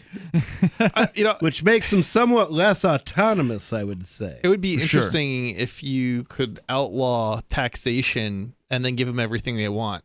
What do you mean? Well, so effectively, the government would have no ability to actually bring money in, so their budgets would be zero, but they would give out every single... Which would be zero. Yeah, exactly. So we go on here with the remainder of their points in their economic demands. They only have 5 of them. And so they were talking about stopping the police from performing homeless sweeps. I'm with you there. That makes sense. If the homeless are doing their thing somewhere and it doesn't bother the property owner, like here in Keene, New Hampshire, where we live a few years back, there was a well-known homeless encampment behind one of the grocery stores here. There's some woods behind the grocery store.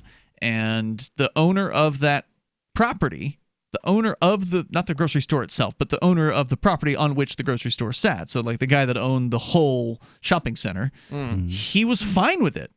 He spoke in favor of the homeless encampment. But yet the city of Keene came in and raided the homeless encampment, basically. And I don't think they did it with a SWAT team, but they went in there with their bureaucrats and said, well, these structures that you've created are inappropriate. They're not by code. You need to have code-safe structures in which that you can have a homeless camp. And so they said, you got to get out, and they forced them out. Yeah. They didn't end their homelessness. They just put them into the streets again. Yeah, it's like, you can't have a tent here, therefore we're going to steal your tent, and then you're going to have to, just sleep on the sidewalk. Right. Like, seriously, that's what they did. That's going to make them less safe, not more safe. Right. Well, in these cities, they don't care. It's not about the safety of the people. It's about the control of the bureaucrats. Right. That's what matters to them. We demand, they say, a decentralized election process to give the citizens of Seattle a greater ability to select candidates for public office such that we are not forced to choose at the poll between equally undesirable options. There are multiple systems and policies in place which make it impractical at best for working-class people to run for public office, all of which must go, starting with any fees associated with applying to run for public office. So again, they're just talking about making tweaks to a very undesirable system. They admit here that they're choosing frequently between two equally undesirable options. So they can see the problem, right? They can see the problem that the system really only allows the elites to run and the politically connected, and that these people don't have your interests in mind. But they think that they're going to convince the very same elites to make the system more egalitarian, to make it more fair for the poor. I'd rather abolish it. Yeah, just abolish it. They can see the idea of abolishing the police department, but they haven't seen the idea of abolishing the whole thing. We go on. So that was their second section. The third section is their Health and Human Services section. Number 1, we demand the hospitals and care facilities of Seattle employ black doctors and nurses, specifically to help care for black patients. Unusual demand. So it's a segregated medicine. I mean, don't you actually have to have black doctors in order to employ black doctors? Well, there are black doctors. Well, I'm are, not suggesting that there aren't black doctors, but the population of Seattle is, what, 7% of black? So if you don't have enough of a black population, how many black doctors do you think you're gonna get? I don't know. Great point. I mean, I don't know what the population of, what the percentage is well, of black doctors. Well, they said they only wanted black doctors caring for the black patients, so maybe 7% of the population will produce 7% of the doctors, but the real world doesn't work that way. I mean, given that they've been subjected to a government education system, which is horrendously bad, and especially bad in the inner cities, there may not be enough black doctors to treat the black population. And as long as they leave the government in charge of the educational system, that's not going to change. I would be highly skeptical if there's enough black doctors, just because,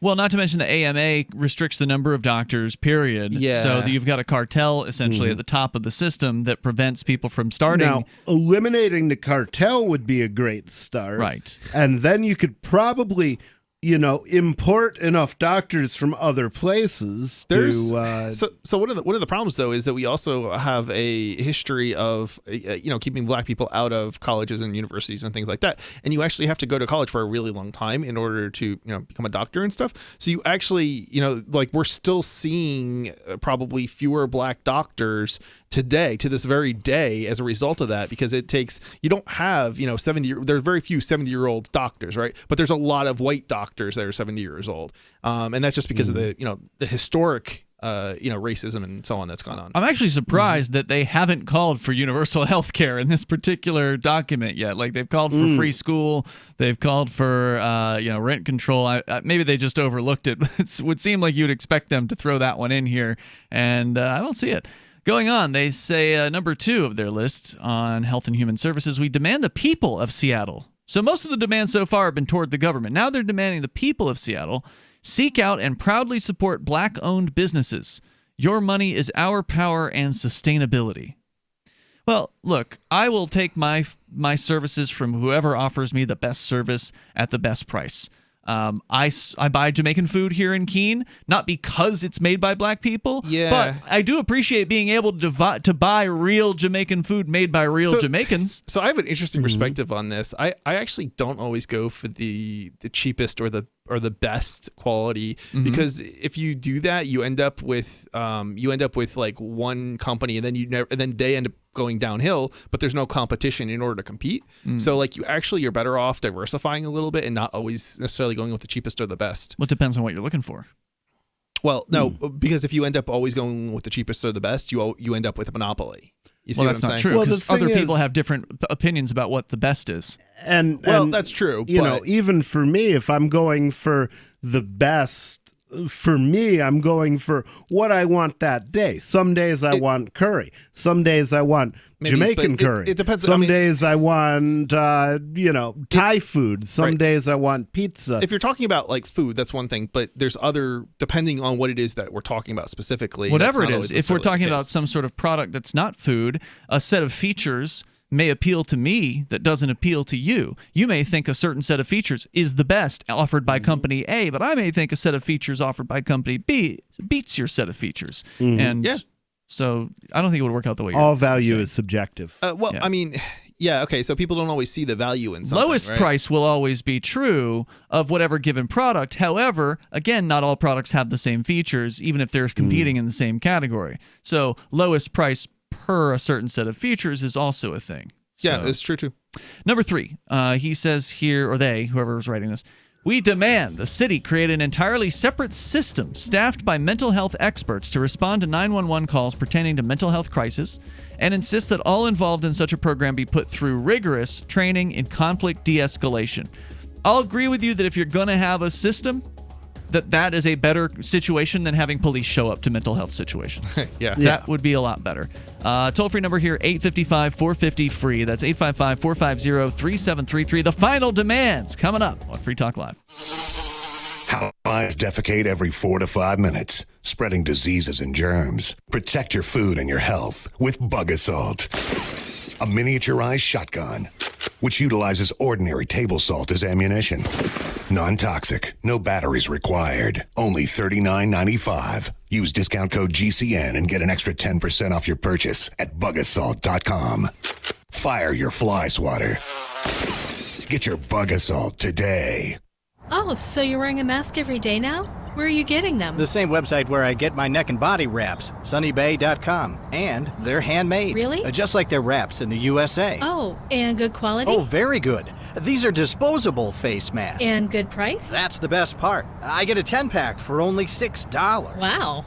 Yes, as a public service, we're now sourcing disposable face masks with level 1 protection at sunnybay.com. Get a 10-pack of high-quality, more breathable face masks, only $6. Our face masks are hypoallergenic, latex-free, and made for stress-free all-day wearing. Or choose our N95 respirator masks 2-pack for only $6. Supplies are limited, so place your order at sunny-bay.com, a Biomed DB design company right here in the USA. Go to sunny-bay.com and purchase your disposable face masks online. 10 masks for only $6. Just click sunny-bay.com. That's sunny-bay.com. Silver has always been nature's very own antibiotic, and only one system allows you to generate an endless supply of natural silver solutions. SilverLungs.com. You'll find no wild claims or pseudoscience, just a lifetime of nano-sized pure silver solutions. The Silver Lungs generator allows you to make your own, so stop paying for silver solutions. The unique lung delivery system targets respiratory infections where other silver solutions simply cannot reach. See the Silver Lungs generator and lung delivery system at SilverLungs.com. That's SilverLungs.com. This is the Onion Week in Review. According to friends, colleagues, and complete strangers, anxiety-ridden man Timothy Gibbula is rightly ashamed of every single thing he does, with mere acquaintances saying they're constantly judging Gibbula at every moment, just as he suspects. Tim's the kind of guy who's forever second-guessing his behavior, as if everyone's constantly scrutinizing him, and he's completely correct. We all are. We can spend entire afternoons picking apart Tim's taste in clothing and his receding hairline. It's honestly all we do when he's not around. Anytime he awkwardly says excuse me when he's waiting in line for milk or sugar, anytime he fails to make eye contact with me when he asks me for the Wi-Fi password. Not only do I notice these things, but I use them to judge him fundamentally as a human being. A 3-alarm fire that tore through a family home in Newark, Delaware early Saturday morning tragically claimed a half sleeve of Oreo cookies that were trapped inside a cupboard. At the time of the blaze, the residence was occupied by Mike and Sheila Donlan, their 3 young children, and 6 delicious chocolate sandwich cookies, all half dozen of which perished in the intense heat and towering flames. Some of you asked, and now we've delivered. LRN.FM's live Keene, New Hampshire studio shows are now streamed in HD on Twitch. Visit our channel at twitch.lrn.fm and give it a follow. If you have Amazon Prime, you get 1 free subscription on Twitch. If you use it on our channel, Twitch will give LRN.FM a monthly piece of your Prime subscription cost. So please watch, follow, share, and subscribe to twitch.lrn.fm. That's twitch.lrn.fm. Cell 411 is a free app for Android and iOS that replaces government-controlled 911. Cell 411 allows you to preset a group of friends or private organizations to show up in any emergency. Cell 411 is a nightmare for the state because it proves their so-called services aren't needed. Cell 411 has had thousands of installs, and of course it's covered by the BIPCOT no government license. Cell 411 because your friends won't shoot you when you're in trouble. Without the government, who would build the emergency services? You and Cell 411. Get it today at getcell411.com. Join the LRN.FM Discord for live chat 24/7 at discord.lrn.fm. That's discord.lrn.fm.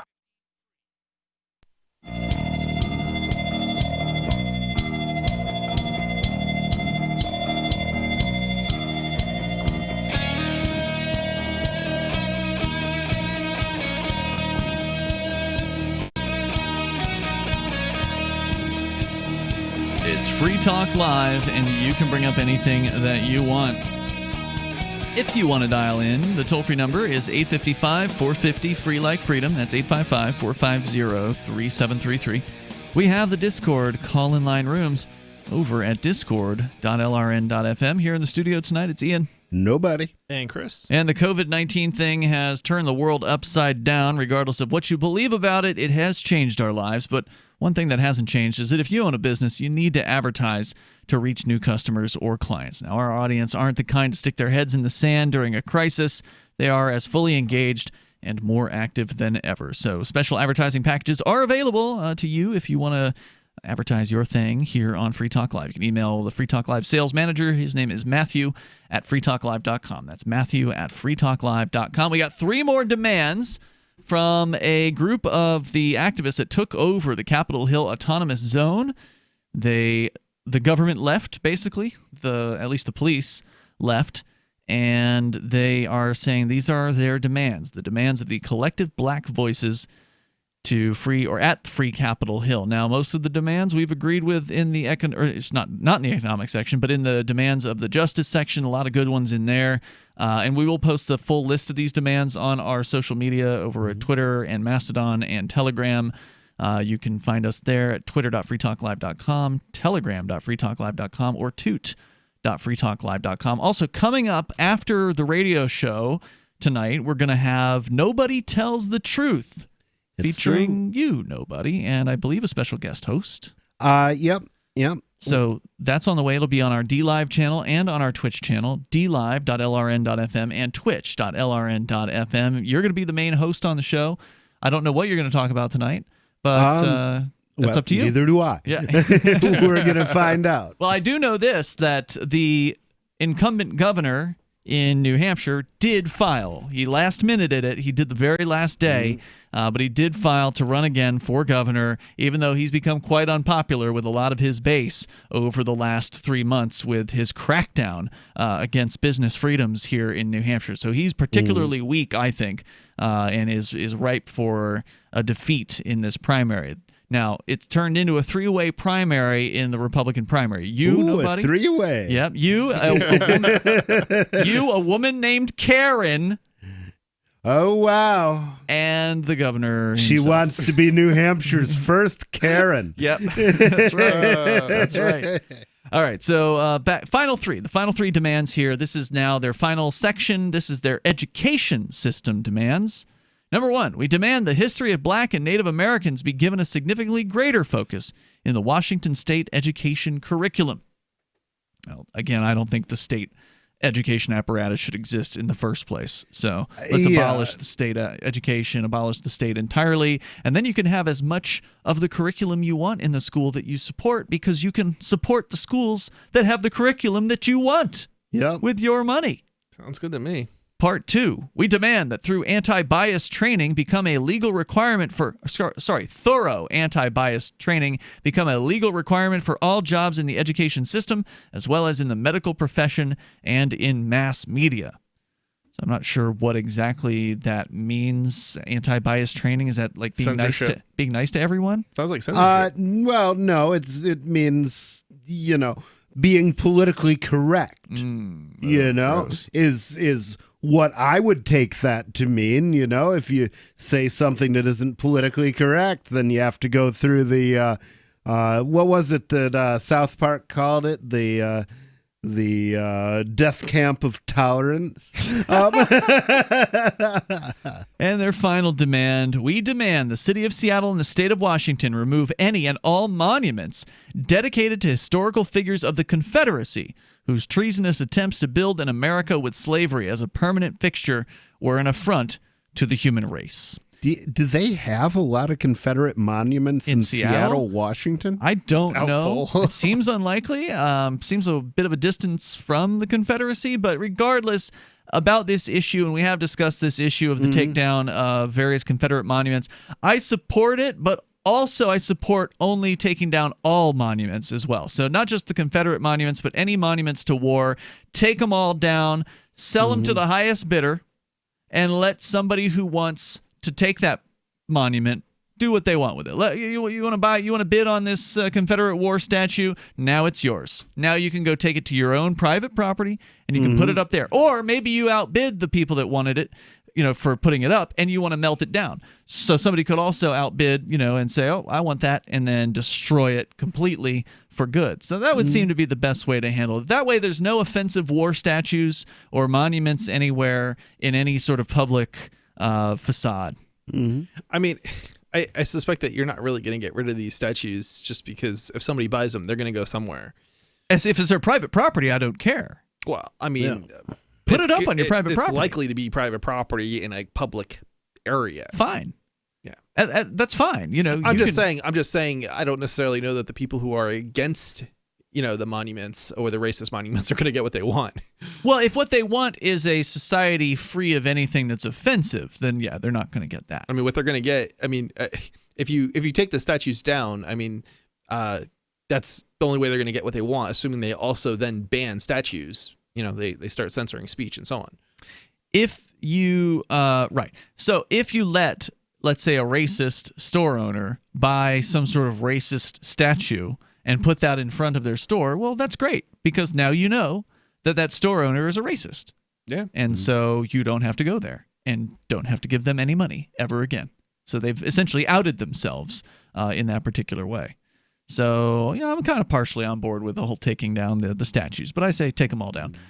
So that's your list. That is from medium.com, and we will keep an eye on this Capitol Hill Autonomous Zone. It's a pretty interesting development. Will it sort of wither and die over the next couple of weeks as people get bored and, move on to other things? Or will it expand? And will we see it become more than 6 blocks, but will it become 10 blocks and 20 blocks as more people decide to support the autonomous zone with both their time and their money? If they can incentivize people to maintain it, they're going to have some sort of commercial activity going on in which to, make it work. To pay for what? For the guards? Long term. Yeah, just to people guard it. Yeah. It's being voluntarily done at the moment. Volunteers eventually give in. They get burned out. Yeah, they burn out, exactly. Right. So you need to come up with some commercial endeavor or tax or something in order to make it work. Well, I hope they will stay away from taxing, but then again, these people are not against taxes. I'm not supporting it, taxation. I'm simply saying you have to have some sort of means of incentivizing people to do the work because volunteers only last so long. Let's talk to David. He's in New Mexico listening via the TuneIn app. Go ahead, David. Yeah, brief update on what I told you last night about how the New Mexico legislature is being called into a special session by the governor because of money issues. Another add-on to that, it appears that one of the other major things that they're going to discuss is the voting issue, whether they are going to allow the entire state to vote by mail, other than an absentee ballot, or not. And if you remember from the past, New Mexico has the actual conviction of a mayor in northern New Mexico for voter fraud to get her husband into the city council. And then last election around, major election, down in the U.S., the southern U.S. district, representative district in New Mexico, of which there are 3. The Republican winner went to bed knowing that she had won. The other side had conceded, and woke up to find out that a whole bunch of absentee ballots had appeared that were found in a van somewhere and appeared overnight, and the Republican now lost, and the Democrat was now the winner, and that Democrat's in office. That's Xochitl. Anyway, so they're up in this closed private session where the public cannot attend. Wow. Not only are they going to discuss billions of dollars, but they're going and their pay raises. They're going to discuss whether or not the entire state is going to vote by mail or not. Apparently, it's less accountable than it's ever been. The whole government apparatus. It's more difficult to reach them physically than it's ever been. You can't just go and show up in a meeting now. And that's what you're pointing out here. These legislator types, they have almost entirely cut themselves off from people. Yep, they're unaccountable. Yep. I miss the days when you could tar and feather these guys because, that makes an impression. It sure does. Out of time for tonight, David. Thanks for the call. Definitely appreciate hearing from you. Check out electnobody.com for more of Nobody as his gubernatorial campaign run officially begins basically now that the race is set. And he's coming up in just a moment on our DLive and Twitch, dlive.lrn.fm and twitch.lrn.fm. Stay tuned for that, and check out Freedom Decrypted over at freedomdecrypted.com for more of Chris on his weekly freedom-oriented tech show, Saturdays, 5 p.m. Eastern Time at freedomdecrypted.com. See you tomorrow night. Online in the meantime, freetalklive.com. Remember when you first heard about Bitcoin? How long did it take you to realize this little project would soon change the world? Do you kind of wish you had got involved sooner? Well, now is your chance to be a part of the next revolution in money. Intercoin is working to finally make crypto go mainstream. It's designed to be scalable enough to support everyday payments and even elections without the state. Bitcoin was originally supposed to be a peer-to-peer cash system, the way we would all pay one another without having to trust any third party. But instead, over time, it mostly became a store of value. That's because every 10 minutes, the Bitcoin network must put all transactions into a block, and that block can only hold so much. If crypto is to become mainstream for people to use it for everyday payments, we need a new architecture, one that is as secure as Bitcoin while being far more scalable. Check out intercoin.org to find out more and maybe pick up some of those coins for yourself. Are you a cryptocurrency advocate? The Crypto Tip is the ideal outreach tool to help new people discover cryptocurrency. It's a printable business card-sized tip that you can give to service providers, preferably in addition to a good cash tip. When the server scans the QR code, it'll bring up an explanation of cryptocurrency, how to install a wallet, and allow them to claim the tip. If they don't claim the crypto, you get your tip refunded to you after a time period you specify. Plus, if they do claim the tip, you get an email alert. Create as many tips as you want at cryptotip.org. That's cryptotip.org. So you've heard all 3 hours of the latest episode of Free Talk Live, and you're still hungry for liberty-oriented audio content? Did you know that we have another 24/7 audio stream at lrn.fm?